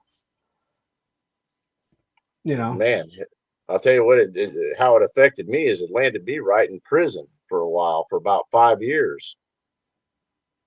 Wow. Yeah. Yeah, we didn't talk about that. Yeah, on domestic stuff. Now I feel bad because I smacked her ass around. That they give me a domestic violence, and then they put me in jail, and then I did about 3.5 years, and then they have like a special super secret parole that I had to do too, and I wasn't going for that shit, so I just took off and I went to Vegas, and they caught me in Texas, and back to jail I went for a while. You weren't Then I with got Gun out. Bunny, were you? Huh? You weren't with Gun Bunny, were you? No, I wasn't with Gun Bunny. So how are you But doing hey, now? if you're going to tell the whole story, you tell the whole story. You don't leave out the bad parts. You put in all of it, and You know, you be truthful and honest. Yeah, I'm with you. And like I actually feel bad now because normally, we go in an order, but I kind of skipped over relationship because you had said that you haven't been in a relationship, and I don't even know why. We were just chatting, and we really didn't talk about even like your kids. You kept mentioning how they your son came over and was like, Dad, this and that, and I didn't even think about it. Hey, they're the best part of my life. My kids are, and my grandkids. That's my highlight of the day now is my grandkids. I say that I always say that I can't wait to have grandchildren, but I can because my kids are still young. Yeah. Now my It'll come oldest, for you. yeah, It'll if come, I and find then out, whenever they're little jokers and you get to take them to Walmart and buy them a bunch of stuff, and then whenever they're screaming and yelling and your daughter or your son's going, "Oh God, Dad, they're doing that again," and you're like, "Oh, they're," because you bought them some stuff and sent them home. yeah, if Emily came and Emily told us that she was pregnant, well, she's 28, Right? that's okay. That's what's going She's to gonna have a happen. boyfriend for quite some time, that I could deal with. These two yahoos here, no. Well, she's a little the daughter you got there with you. She's a little young to be getting knocked up. So you want to at least let that go to about 24, 25 if you can help it. I hope so. I hope so for you, sir. But then you have an 18-year-old son too. It's like if he was anything like I was, whenever I was 18, you could be in trouble. You might be a grandpa already. Oh, I'm not. Believe me. That's what my mom. I made her a grandma real early. I was quick to get it right out of the way for her. How old was she when she was a grandmother? Oh, my mom was, she had to be probably early 40s, I would say. Yeah. Well, my mom, she had me whenever she was young. So, we're not like some people's parents are 20 or 30 years older than them, My mom was only 15 years older than me because she had me when she was 15. That's how math works. Yeah. Well, I get it. My mom had me whenever she was 15. So, she wasn't, an adult whenever she had me, basically. She was still in high school, and my mom finished high school, even after having me, because her parents were decent. My grandma and grandpa raised me with my mom up until I was about 4 or 5 until she got married. And then, of course, my mom picked the best guy in the damn town, a damn alcoholic drunk. It was mean, and he didn't want to do nothing but, be mean to people. That was what he liked to do. That sounds exhausting. Yeah, some people are like that in life, and you'll meet them. And if you get a chance to, and you can quell that, do it. Yeah, I mean, a lot of people think that guy ain't shit. The guy that's going to do that stuff, he ain't nobody you want in your life. Oh, I'm with you. I'm with you. And again, I don't sit and act like I'm some saint. Hell, nobody is, punk. I'm sure we've all had, if wet skeletons in the closet, some people just don't choose to hide them skeletons, Then you don't have them. Then you don't have them because, hey, I like full disclosure of everything. I don't want anyone to be like, oh, well, Turk's such this and he's such a nice guy. Well, they don't know that I'll come by your house with a baseball bat and split your shit open if you owe me money too, That's why you don't borrow money from people. You don't. That's why I don't loan money to people, so I don't have to do that type of stuff. You borrow from banks and from your dad. I don't borrow from nobody. I cover it, man. You If I know, can't cover it, then I make it happen. but yeah, that's Oh my God, Uh, you hear that? He's sitting yeah, there looking at the door. There's yeah. two other My people. Norman, he done came in here and he said, "Hey, Dad, I'd like to go outside." And I was like, "Yeah, I don't know, man. You're gonna have to go out later." He looked at me. He's like, "Okay," and he moseyed on back in there to watch TV. So who do you live with right now? I live with myself, Okay. and well, I live with Norman, my little Maltese Chihuahua. Okay. Yeah, he runs the joint. You know what I mean? And makes the hours and all that, and pays the bills. I just live here. Yeah, I wish. I ask Roman all the time, can you take these clothes upstairs? Oh no, that's right. You don't have thumbs. Right? It's damn thumbs, man. You can't carry nothing because you ain't got no damn thumbs. But hey, in Norman's defense, he's a damn good mascot, man. He'll hop right on my bike on my lap and ride a bike with me across town. It don't matter. He'll go anywhere I go on that bike, sit right on my Really? lap. Yeah, he's. You get every now and then certain people get lucky and they have a animal, like Roman, that just gets it. He's just the best dog you had in your life. Norman's one of them dogs like Roman, man. This dog doesn't like to drive. Oh, he don't like to. He will whimper the whole time. Not Norman, man. Norman will ride to California if you want to go. Nope, that's him. Now, after I take him, let's say we get his nails trimmed, and we walk around Petco. Mm-hmm. When we leave, he's usually fine because he's so exhausted. Right. But I'll be driving and I'll have to call their mom for something, and she'll be like, "Is that Roman?" I'm like, "Yep," the whole way there. Not Norman. Norman, he's a smooth sailing, man. Want to say hi? Okay. Say hi. What Norman don't like is he don't go for that toenail clipping at all. He'll bite over that. He won't let me trim his nails, but if I take him to Petco, they do it no problem. Nah, Norman doesn't bit the ladies there. They're scared of him. No, that's it, Matthew. Like, Matt, he likes getting his nails clipped when he's there. What drives him nuts if they're busy and we have to like walk around the store. Right. He's aggravated because he knows that after he gets the nails clipped, we walk around the store. So then I have to bring him back into the little area. Yeah. And he's just like, but what are we doing? Yeah. He has no problem. He also this will make you laugh. Hey Trooper, have a good night. He won't let you brush his teeth. And he wouldn't let the girls brush their teeth. So they try and spray stuff in his mouth, Mm-hmm. And the one girl covered up his eyes. And he lets him brush her teeth. Get out of here. Like, how are you No that stupid? kidding. Yeah. Hey, I have a hard time with Norman because he don't like his toenails cut, man. He bites everybody when it comes to the toenails. Other than that, he's pretty smooth. But I seen where they took like a purse and they cut 4 holes in it and stuck his feet through the holes and then clipped him. I'm going to try that with him because that some bitch bites the hell out of me. Yeah, I think he's on the harness there, but I've decided that I'm not even going to try and clip his toenails because I don't want him to get skittish about it. He's fine when they do it. So you know what? I got in like Petco doesn't do it anymore, but I'm grandfathered in. It's $20 a month, unlimited teeth brushing and nail clipping, and they give you $15 in coupons a month. Oh, well, so that ain't bad. $5. That'll help on food right there, Yeah. So I'm just like, all right. And they were looking at it one day and they're like, they don't even do this plan anymore. You're just grandfathered in.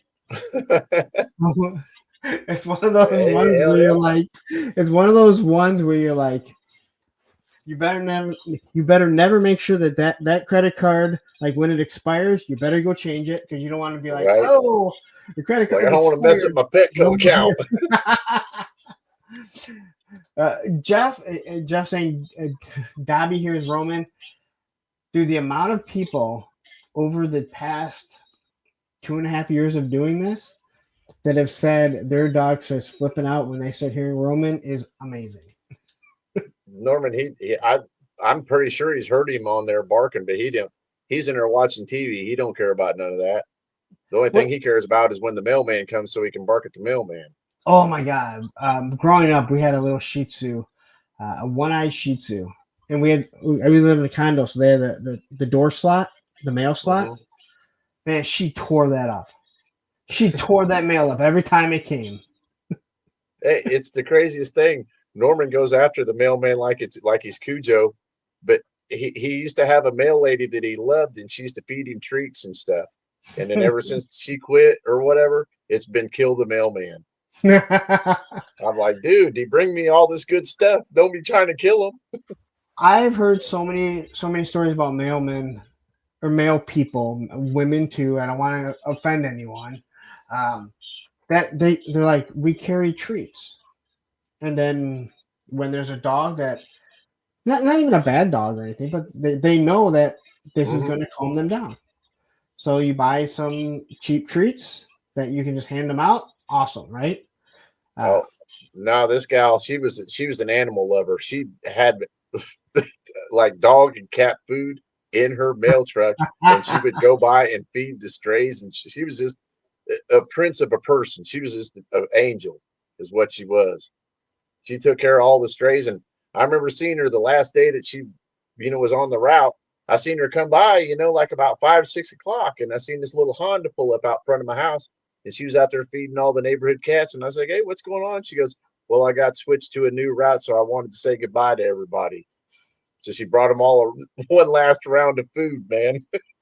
I fix copy machines, so I'm in and out of offices, and there's certain clients that always have dogs, and there's some new ones that I'll meet, and I'm always excited every time I go in and there's a dog, and they'll be like, "Oh no, hey," I'm like, "Can I pet the dog?" And they're like, "You okay with dogs?" Like, I'd rather deal with dogs than any people. Yeah. Just saying. Like, not anybody, but for the most part, most people. So, you I'm kind like, of predict the dog Roman's what gonna he's be going mad to at do me. sometimes. Rowdy says, "My cats don't care who comes in or around as long as they get petties." That's weird because most cats are like, "Are you gonna die so I can eat you?"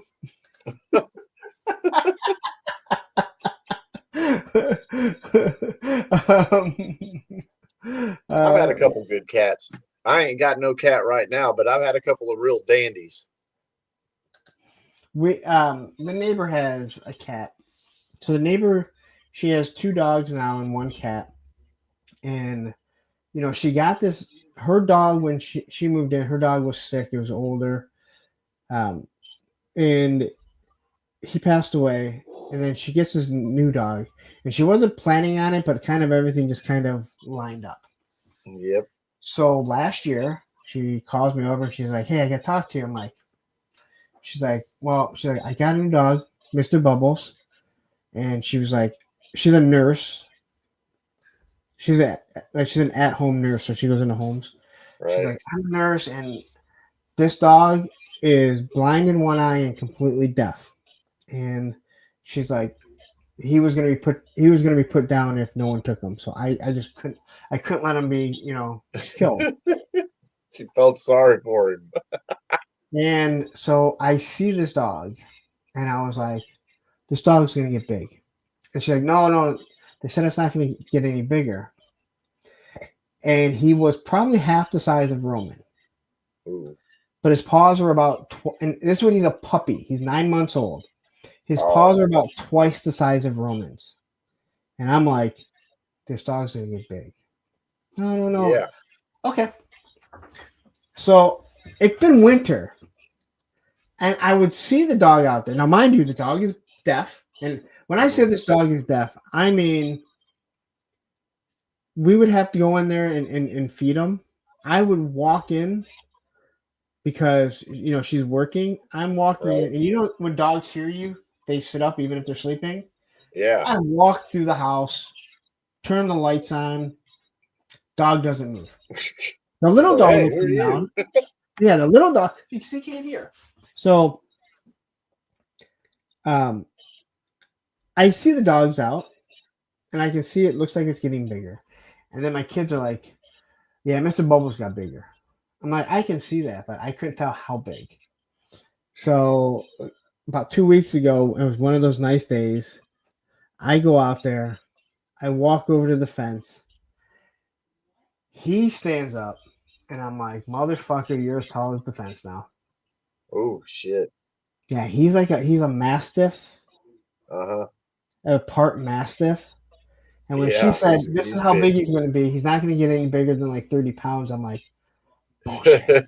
His feet are I'm 30 like, his pounds. paws they're twice the size of Roman's. And My boy like when did you see a that. dog with paws, you're like, motherfucker. He And my my oldest boy had brought the doofer back like that. And he was a pup whenever he found him, and he found him like on the side of the road, chained up to a tree or something. And he felt sorry for him, so he grabbed him. And as soon as I seen him, I was like, "Yeah, he's going to be 100-pounder all day," because that boy had some mitts on him. He was big already. yep. Well, Yeah. he's 100 pounds or so, and he's still here.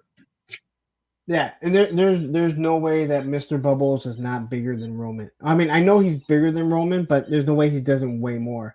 And I'm not Right? sure he's done growing yet. But like Oh, probably not. I went out there because again, I could see he's getting bigger, but I'm not there.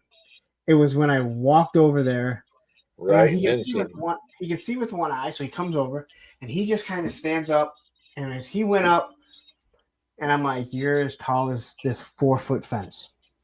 Yeah, And I'm like, my "Motherfucker." my damn Roman's not doofer's that that tall. big. Doofer's a Dogo Argentine. He's like a big version of a pit bull, Okay. like Great Dane sized pit bull. Oof. Yeah, and he's a dandy, and he's smart as a whip, but he won't stay in my damn backyard. As soon as I let him out to go to the bathroom, right over the fence, right over the fence. Wade, this is wrong. Cats are not greater than dogs.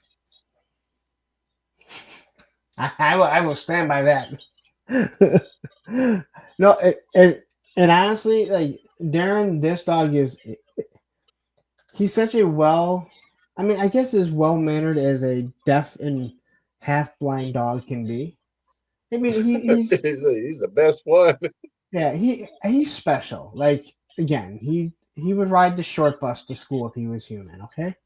Well, that don't make him a bad guy. He's probably a good dude. Exactly. I know. But the little dog, Penny, she like she took Penny, and she's like the person she got him from. He was like, my work changed. I can't keep this dog. But this dog was clearly abused by the person that had her before him. Mhm. And she wouldn't bark. And she was like, she's skittish around males. She came right up to me. She's like, she doesn't know it's anyone. Huh. And all of a sudden, I hear her barking, and now she won't shut up. Well, there might be a different bark. It might some barks might be because she's excited to see you.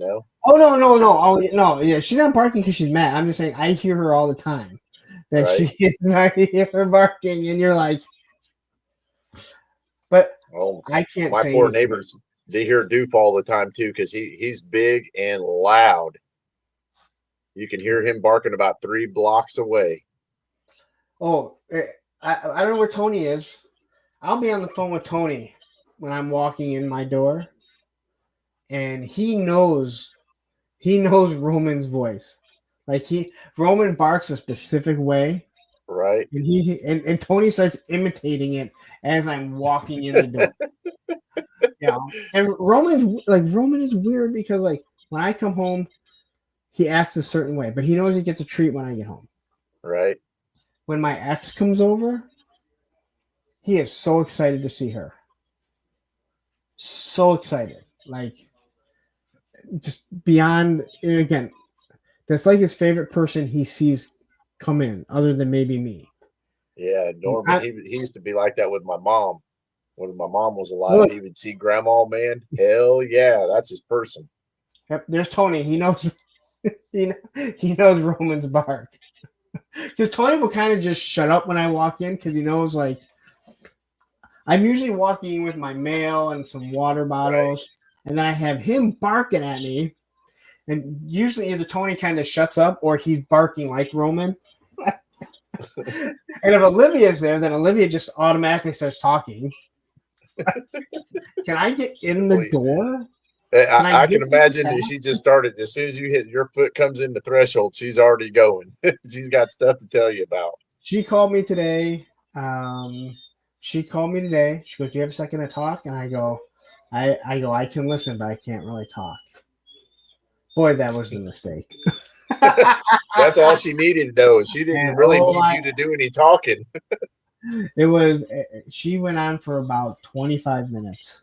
To the point I finished working on my machine. As I walked out, I had to say goodbye to the lady. And then when I was walking out, what's funny is that there was a lady that was, here she comes. She was like signing her papers because there's accounting, and she had a little dog. And I go, "Oh, can I pet your dog?" And she's like, "Oh, that's all he wants." And I was like 3 or 4 minutes. I'm petting the dog. Roman was right next to you when you were saying that. Yeah, was I in speaker? No, but I'm sure he heard you because he was whining when I stopped petting him. Well, why'd you stop petting him? I stopped petting him for about 0.2 milliseconds. Anyway. If they knew what happened, they would have to talk about it too. If it happened to them. Okay, but it did not. Yeah, God bless. I would wish that had happened to me. She's my cue that I think it's time that we should wrap this up. It might be that time. No, is your name Turk? What is your name? Do you mind me asking? Yeah, that my name is Brian, but everybody's called me Turk for so many years that's where it's stuck. There's so much stuff that I actually forgot. Like, I did not follow what I normally do. Everyone calls me amazing, so. Oh my gosh, that ego is so big. They used to call me late for dinner all the time. I don't know why. So I'm called hungry all the time. Well, you are. This girl's always eating. Always. Well, that's because she's growing. She's getting growing up to be smarter. She just loves to eat. I love my experience. I love food. It's not like I love to like the physical action of eating. I just love food. Yeah.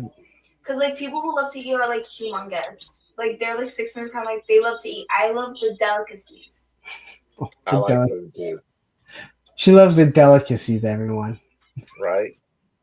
Me too. Word. Like She's Reese's. never used that. She's never used that word around me before. Okay. Maybe because you're not smart enough for it. And just Jeff, I guess before we leave, he wants to say, Turk, I'm sorry for addressing you as Turd Ferguson whenever I saw your name on the chats.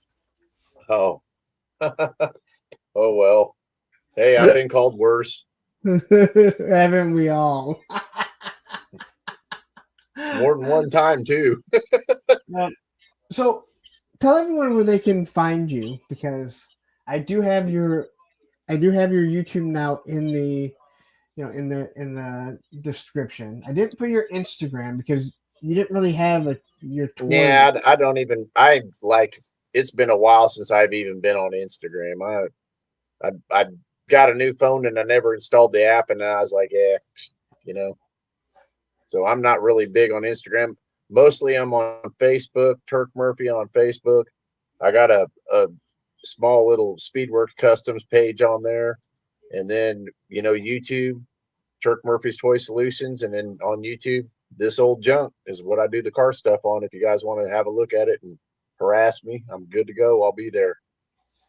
I'm going to try and get all those in the description. I didn't realize you had that many channels. I mean, again, I go into this kind of like I do my toy reviews. Right. I try to know as little as possible, especially people I don't know.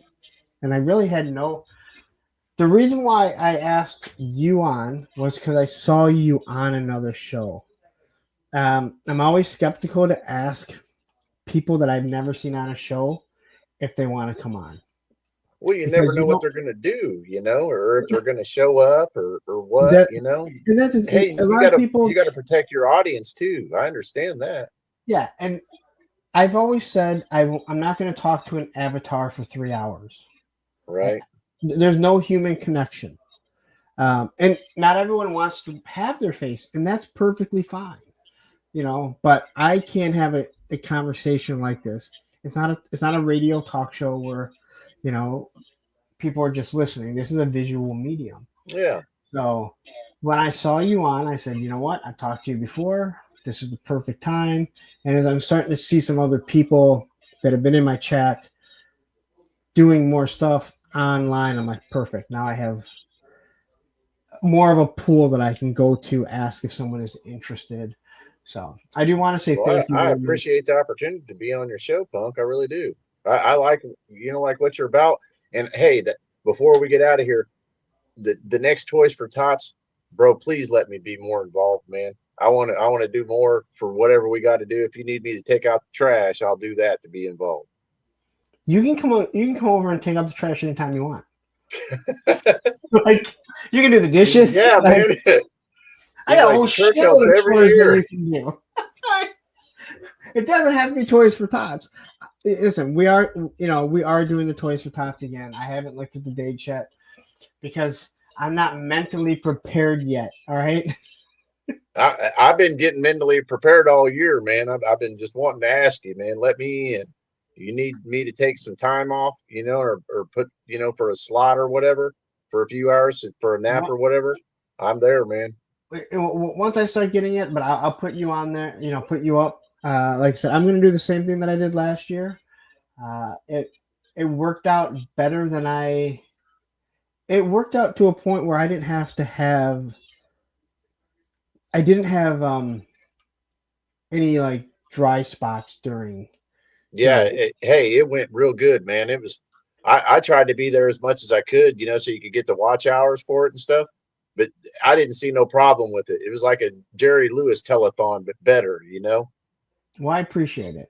There's a lot of time sitting in this chair. I need a new chair by then. I got to say that. Man, hey, I like the whole, doing it for the kids and stuff, because I was one of them kids that didn't get nothing for Christmas, and so that's why that stuff like that means so much to me to do the charity work. And that was the whole thing, Yeah, man. And I said it numerous times. I've never gone without Christmas. My birthday is 4 days after Christmas, and my dad always said, "You are not going to have a shared Christmas and birthday. They are 2 different days." Yeah, man, that's how my parents and how my dad looked at it. Man, that's a good way. My kids never went without Christmas. They didn't get as much as a lot of other kids, but they've always had more than enough. So the fact that there are kids that don't deserve to not have a Christmas, and sometimes it's their parents' fault. Sometimes it's not. Sometimes people are just in a bad spot. And even if sitting here for if the parents, you can have, man, lose your job or something like that. Hey, in 6 months, things are going to be different for your lifestyle, And these days, you might not get a job immediately right back. So I had a friend once say to me, you see these people on 8 Mile homeless, and you see how people treat them. I'm one paycheck away from being those people. Man, I'm never going to treat them like you, and that is the perfect way to look at it. It is. Hey, if people would look at it like that, the world would be a lot more peaceful. Everybody'd get along. There wouldn't be no hate, animosity towards each other. Yeah, I agree. And again, I'm not saying that you have to like everyone in this world. No, you're not gonna. You're not gonna like everybody. There's gonna be instantly people you don't like. Yeah, and for me, you don't have to be a dickhead just because you can. Yeah, and when it comes to, like I said, that streamathon, and I'm gonna try and find a better way to do it, where as much of the funds can go directly to that. I'm gonna see if we can do it that way.